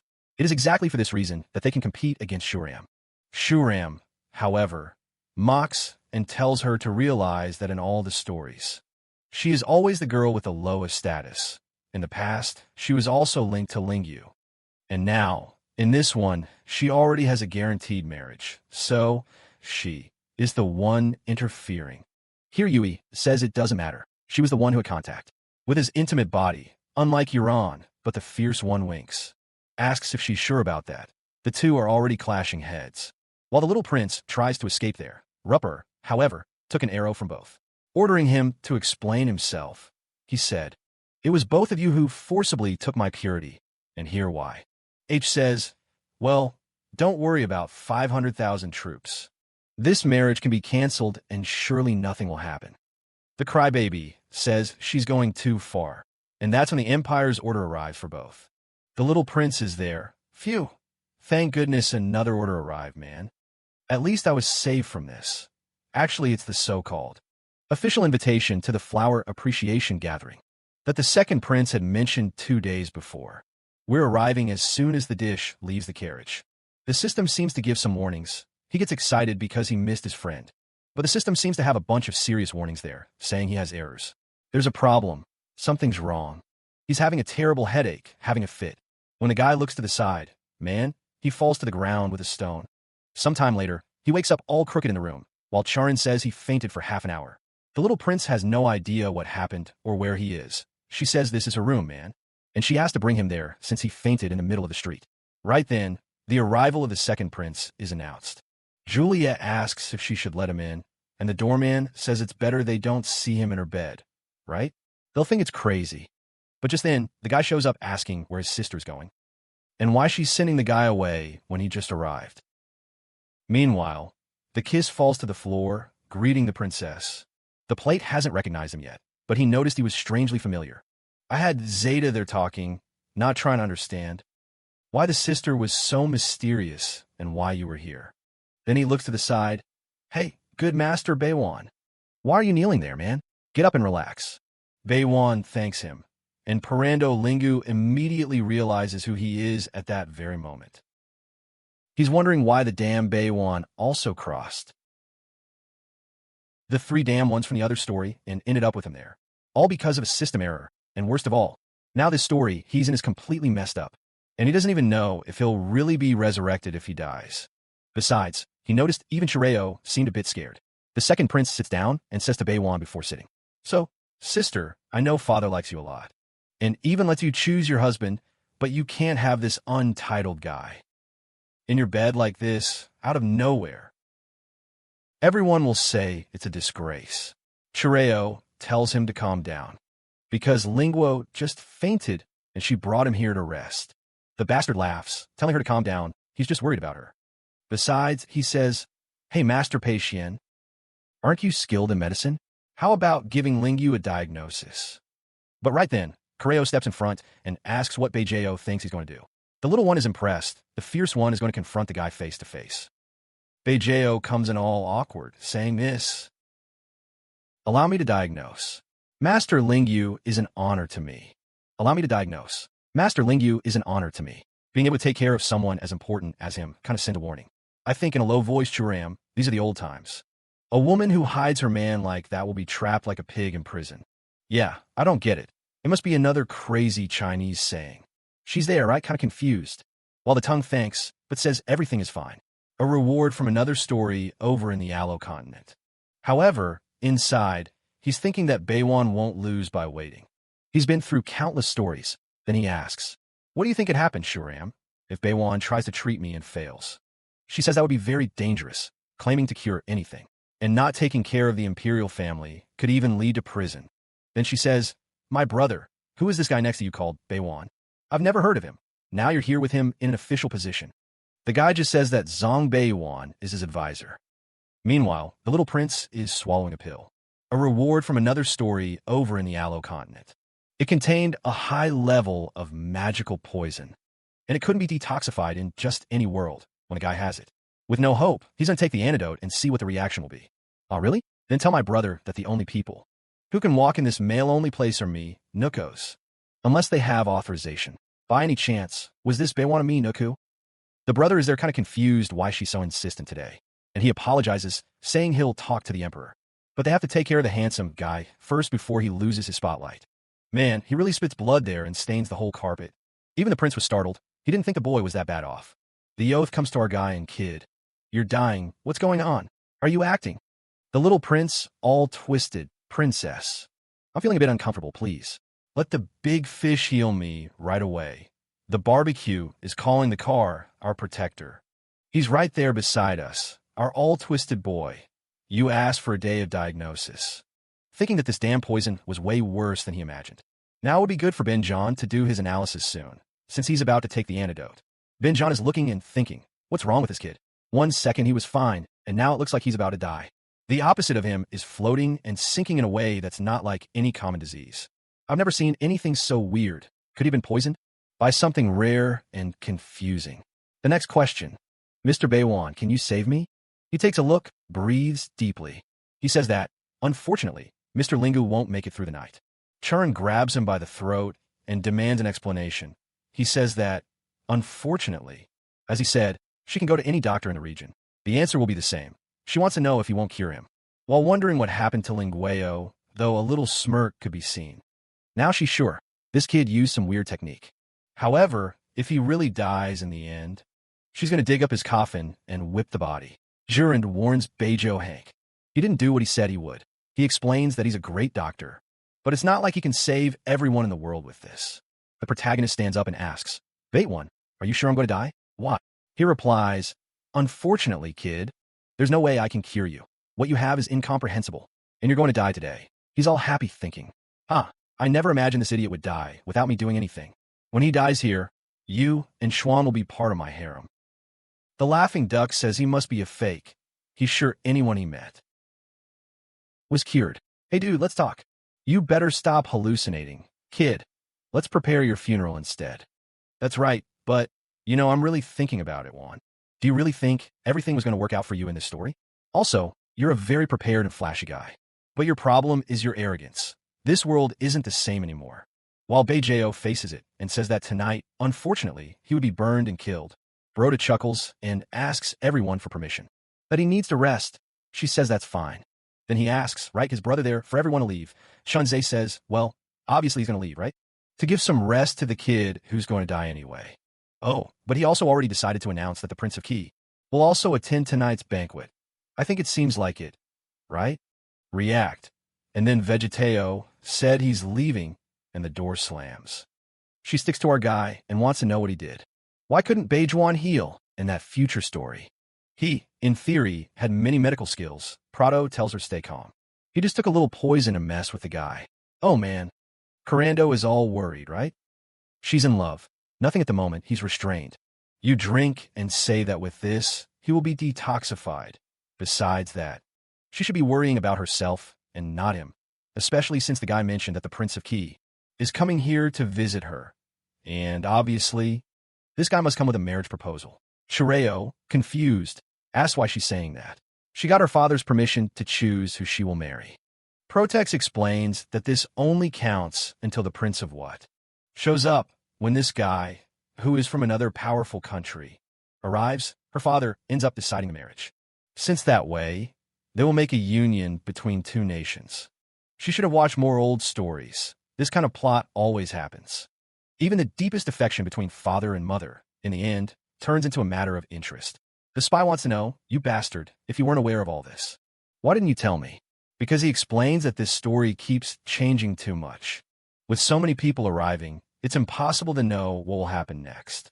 At that moment, she stands up angrily, saying she will never accept a political marriage. The protagonist holds her hand and says he's not asking her to accept it. She just has to be careful with what she says, especially since there could be ears within these walls. He comes close and says, be careful, my daughter. There must be a ton of spies from the second prince here. She's confused. Like, what do I do then? Cry, or put on a little show, or hang myself? None of that will work. The protagonist says there's always a way. Suddenly, she brightens up, saying she has a plan. Oh man, her plan is to work hard and get herself pregnant. With her pregnant, there's no way the guy will want to marry anyone else. The protagonist asked, you crazy woman, what kind of idea is that? I'm almost dying here. Do you want to speed up my death? But she tells him to relax, that she won't let him die. The protagonist realizes she's, as always, reading his thoughts. And she says if he's going to complain, he might as well say it since she'll hear it anyway. He said it was just a subconscious complaint. He'll be more careful. But her plan to have a baby is crazy and will end with his family being executed. Besides, women in this dynasty can marry and force themselves even after being widowed for 3 years. Even if she gets pregnant, they'll just make sure she can't give birth. And in the end, she'll still have to marry that guy. The tall woman, who keeps growing more to the side, wants to know what they're going to do then. I had to read it 5 times to understand. But he warns that her older brother is crazy about her, and if he manages to take the throne, there's no way he'll give his sister away to another country. Besides, the kiss might be serving the second prince now, but no way. He's not going to accept staying in that position because he wants to create his own atmosphere. Not to mention that, theoretically, there's no transmigrator for this new one. In other words, it's a mess. The protagonist is planning, somehow, to stir up chaos in all this, and take the throne for himself, or in this case, right? For them, Euron calls him by his name. So, all sweetly, she says it's best not to disappoint the protagonist. She remembers that Euron likes strong guys. Maybe that's why, in that other story, she fell for Bejon. Maybe she really is still the same person and fell in love with him. One thing he guarantees, while he's in this book, he won't disappoint her. However, if he's eventually forced to leave, there's not much he can do. I didn't quite understand the plan, but all we can do is see how things unfold. The poison is passed, and he says it's time to have some drinks. If anyone asks, just say she healed him. Besides, their conversation has to remain a secret, because he has to investigate the situation with Q. She's angry, telling him to stop talking about that damn woman, because he explains that the girl has 500,000 troops. You can't ignore that. No way. She makes him swear that he's doing this for the troops and not for her. The little protagonist is kind of confused, and she's there saying he can see her.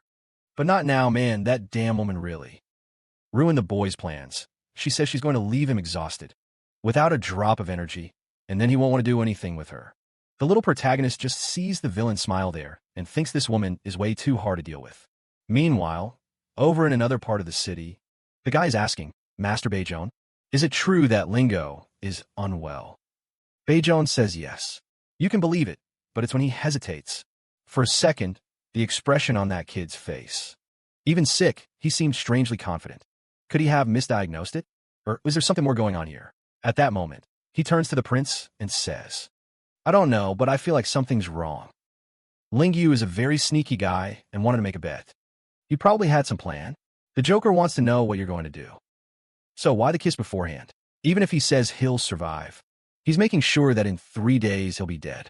Tanner asks what he means by that. And the big kiss says exactly that. This trash had to be killed. Tanner laughs and walks away, saying, all right then, man. Good luck to you. But there's a little guy nearby, listening to everything afterward. Our boy had his energy destroyed by the demon. She says he better not pretend he doesn't know her. Now that all this has happened, he tells her to stop throwing this responsibility onto him because she was the one who started all of this. Besides, she already knows more than well that he's not the handsome guy from that other story who liked her. But the fierce one doesn't stop. She says that no matter the dimension, he will continue to belong to her. It's the beauty plate, so if you want to try to win me over, good luck, but I'm not going to be anyone's dog. The fierce one says he says that but thinks she's hot, because she's heard countless times that he thinks that in his past life. He's there telling her to stop listening to his thoughts, but she just taps her chin and tells him to think carefully. He better stop resisting so much, because she knows very well how interested he is in her.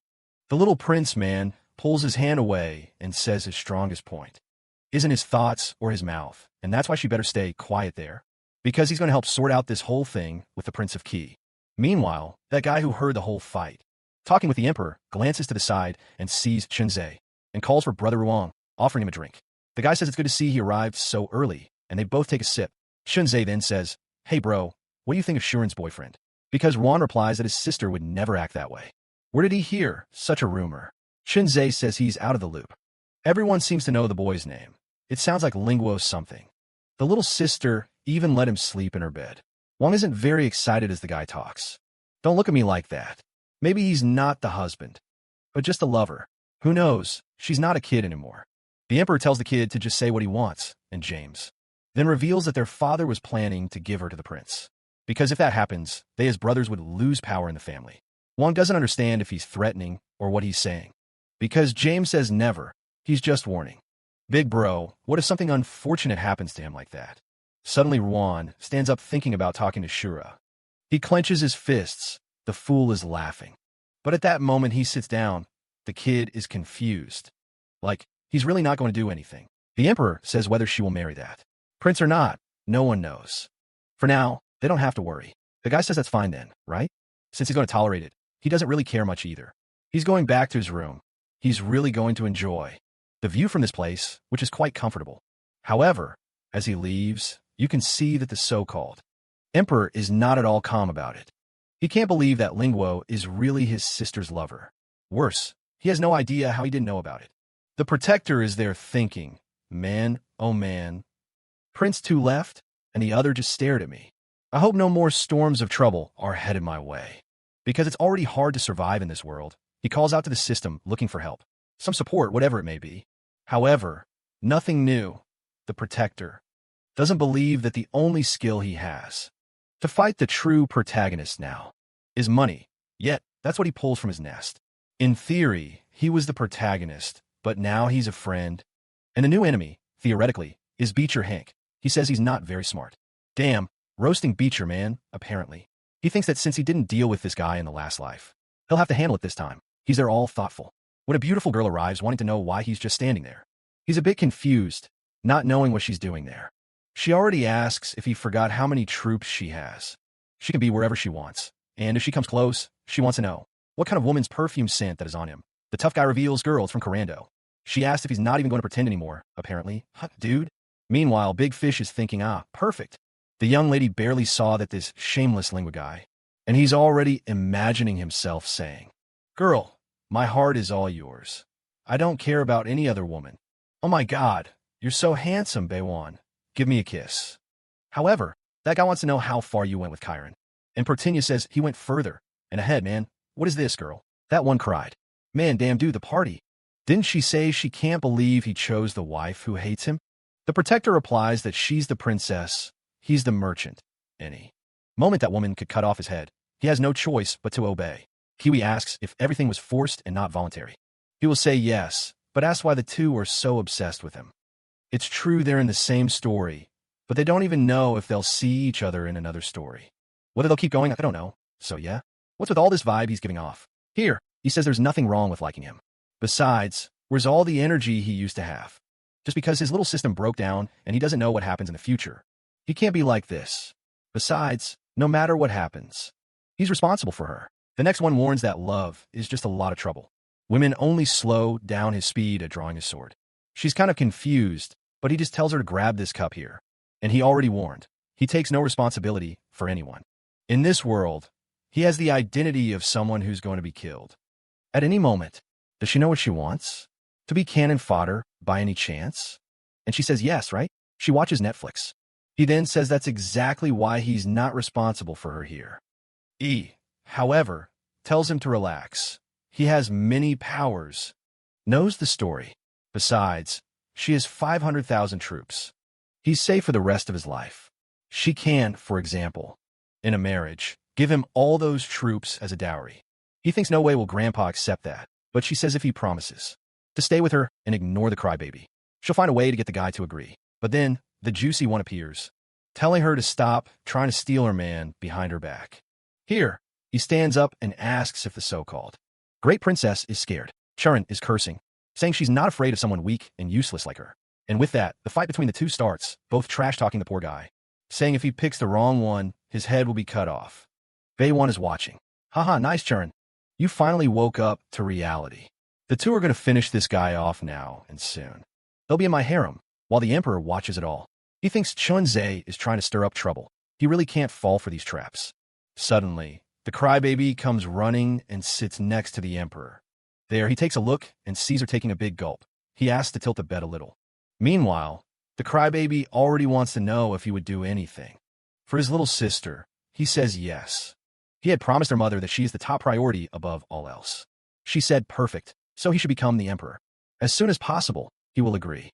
But suddenly his expression changes. I thought he was already the Emperor, right? But I think he is first in line for succession. That's it, I think. Before the guy recovers, he already tells him not to get all shaken up. She's just asking for simple things, so he's not willing. He looks back and celebrates that his father isn't seeing this kind of thing. He says, "My daughter, did you forget that your father is on the throne? You can't say things like that. I see a catch in this. The father wants to marry me off to a guy from a foreign country and separate us. We'll never see each other again.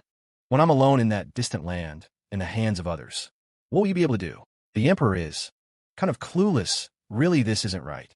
Shirin insists, saying she's not asking for him to make a decision now. What she wants is for him to get the Emperor to give up on that marriage. That would be better for everyone. Watching from afar, Chaser notices the Emperor was a bit embarrassed. Shuran, calm down. Something weird was going on there. Right then, he already warns, "Hey, Baewon, you fool. Those two are hiding something. Idiot, Baewon, 16AQ, what's up, spill it." The princess must be complaining about Linguini's behavior. However, he finds that hard. The princess, she would have to be possessed to complain about one of her concubines. According to the fifth theory, she should only be using him for her own satisfaction. But Benwan is excited, saying that since she hates that guy, they have a chance to get rid of all this. The Chinese guy tells him to keep his voice down, man. If anyone hears this, they're screwed. Meanwhile, he notices that this Baewon guy really is a weirdo. Suddenly, a guy there seems to call the Emperor, and immediately they leave. Sin knows something strange is about to be announced unexpectedly. And men, they're already warning the Emperor over there. That Beijao said something about bad behavior, and they have to kill them quickly. The first prince is just wondering what's going on. And what will happen today when suddenly someone shouts that His Majesty has arrived. Everyone bows, wishing long life. Now the true emperor sits down, asking the ministers to calm down. Today they welcome the Prince of Qi and renew the friendship between these two nations. The guy says it's a great honor to be there in front of this entire audience. And Your Majesty, everyone raises their glasses, toasting. He takes a sip, a guy serve him more. He says, "Hey, hot crybaby. Come here, huh? Let's clink glasses." But the fierce woman just grabs her glass, drinks it all, and says unfortunately her cup is empty. Then she sits down. The Prince of Key is watching, right? Clearly getting rejected. Sucker. Meanwhile, the Emperor is confused. He knows that the Prince of Key is known not only for being from a powerful nation, but also for being very handsome. Most women like this guy. So why the cold shoulder like that? Then he says, "Haha, Prince, I heard you're not married. Haha, got someone in mind." The prince says that, in theory, yes. There's someone he admires a lot. He's steady in that stare at Charon, who's thinking, damn it, no. Look at me, while the Emperor only thinks that fate is perfect. Someone important is interested in his daughter, and that will ensure security on the northern border. Said it immediately. Haha, Prince, if I happen to give you my daughter, what would you think about that, huh? The prince is already all excited. Damn, Emperor, you're telling the truth, man. But someone shouts out in disagreement. And everyone is wondering who the crazy person was that said something like that. From Emperor's words, it seems it was that troublemaker Joranda. And the Pertinho and his beautiful girl beside him are so tense.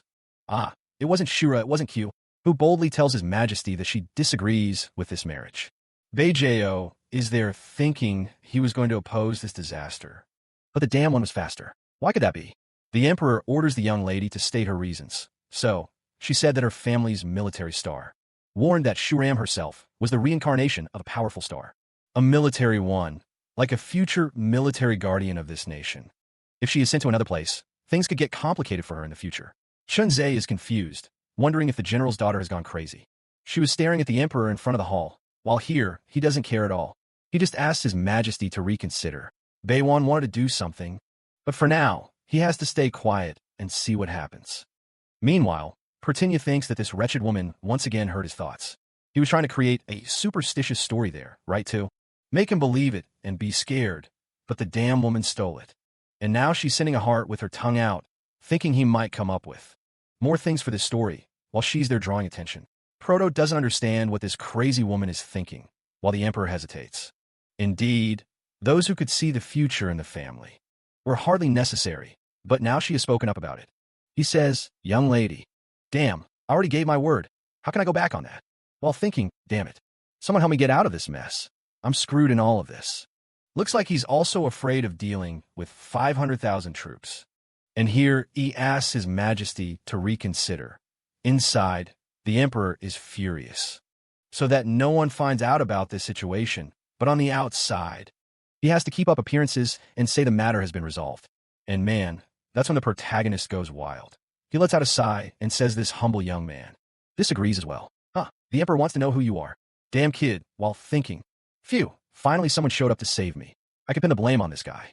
Especially since I have no idea who the kid is. The protector then said he's a member of the Lingyu family and was invited to this banquet. The Emperor said he understood. He's one of Princess Qinyang's relatives. But why he disagrees? The big fish is getting even angrier.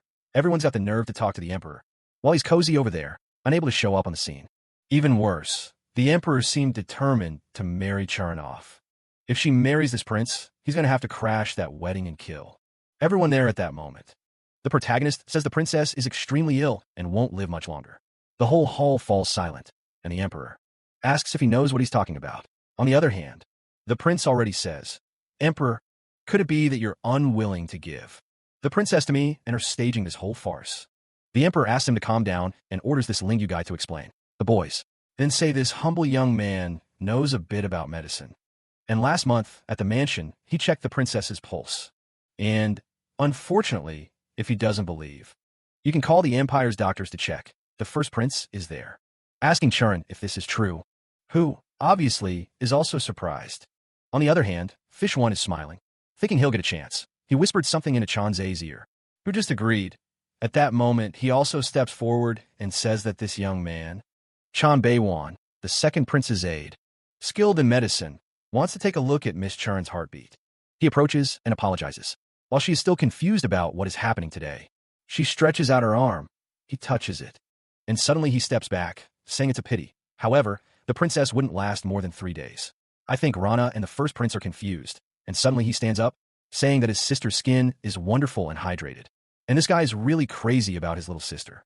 Saying she was sick at this moment was the same as deceiving the Emperor. Bae-won just says that if they want, they can call the castle doctors to confirm. While the father goes to her shoulder and says that now things got complicated. With poor Churn so sick like this, how can he send her to a distant country? At that moment, he spreads his arms and announces that whoever cures her will get likes on this video. Kids, we're done. Our boy who travels from world to world. Wow, this little story was good, huh, dude? I liked it. I even confess I thought it was going to be more like kind of, I don't know, no story going on. But the story is actually unfolding. I'm understanding that it's a miracle. What do you guys think of our little villain who just wants to live one more day? The story's name is Smoke Paddle Up to 41, and now we have to wait for more and more chapters. This one is releasing slowly, but at least it's releasing, right? Better than nothing. And so you don't miss what's going to happen, get ready. That's their phone, I'm out.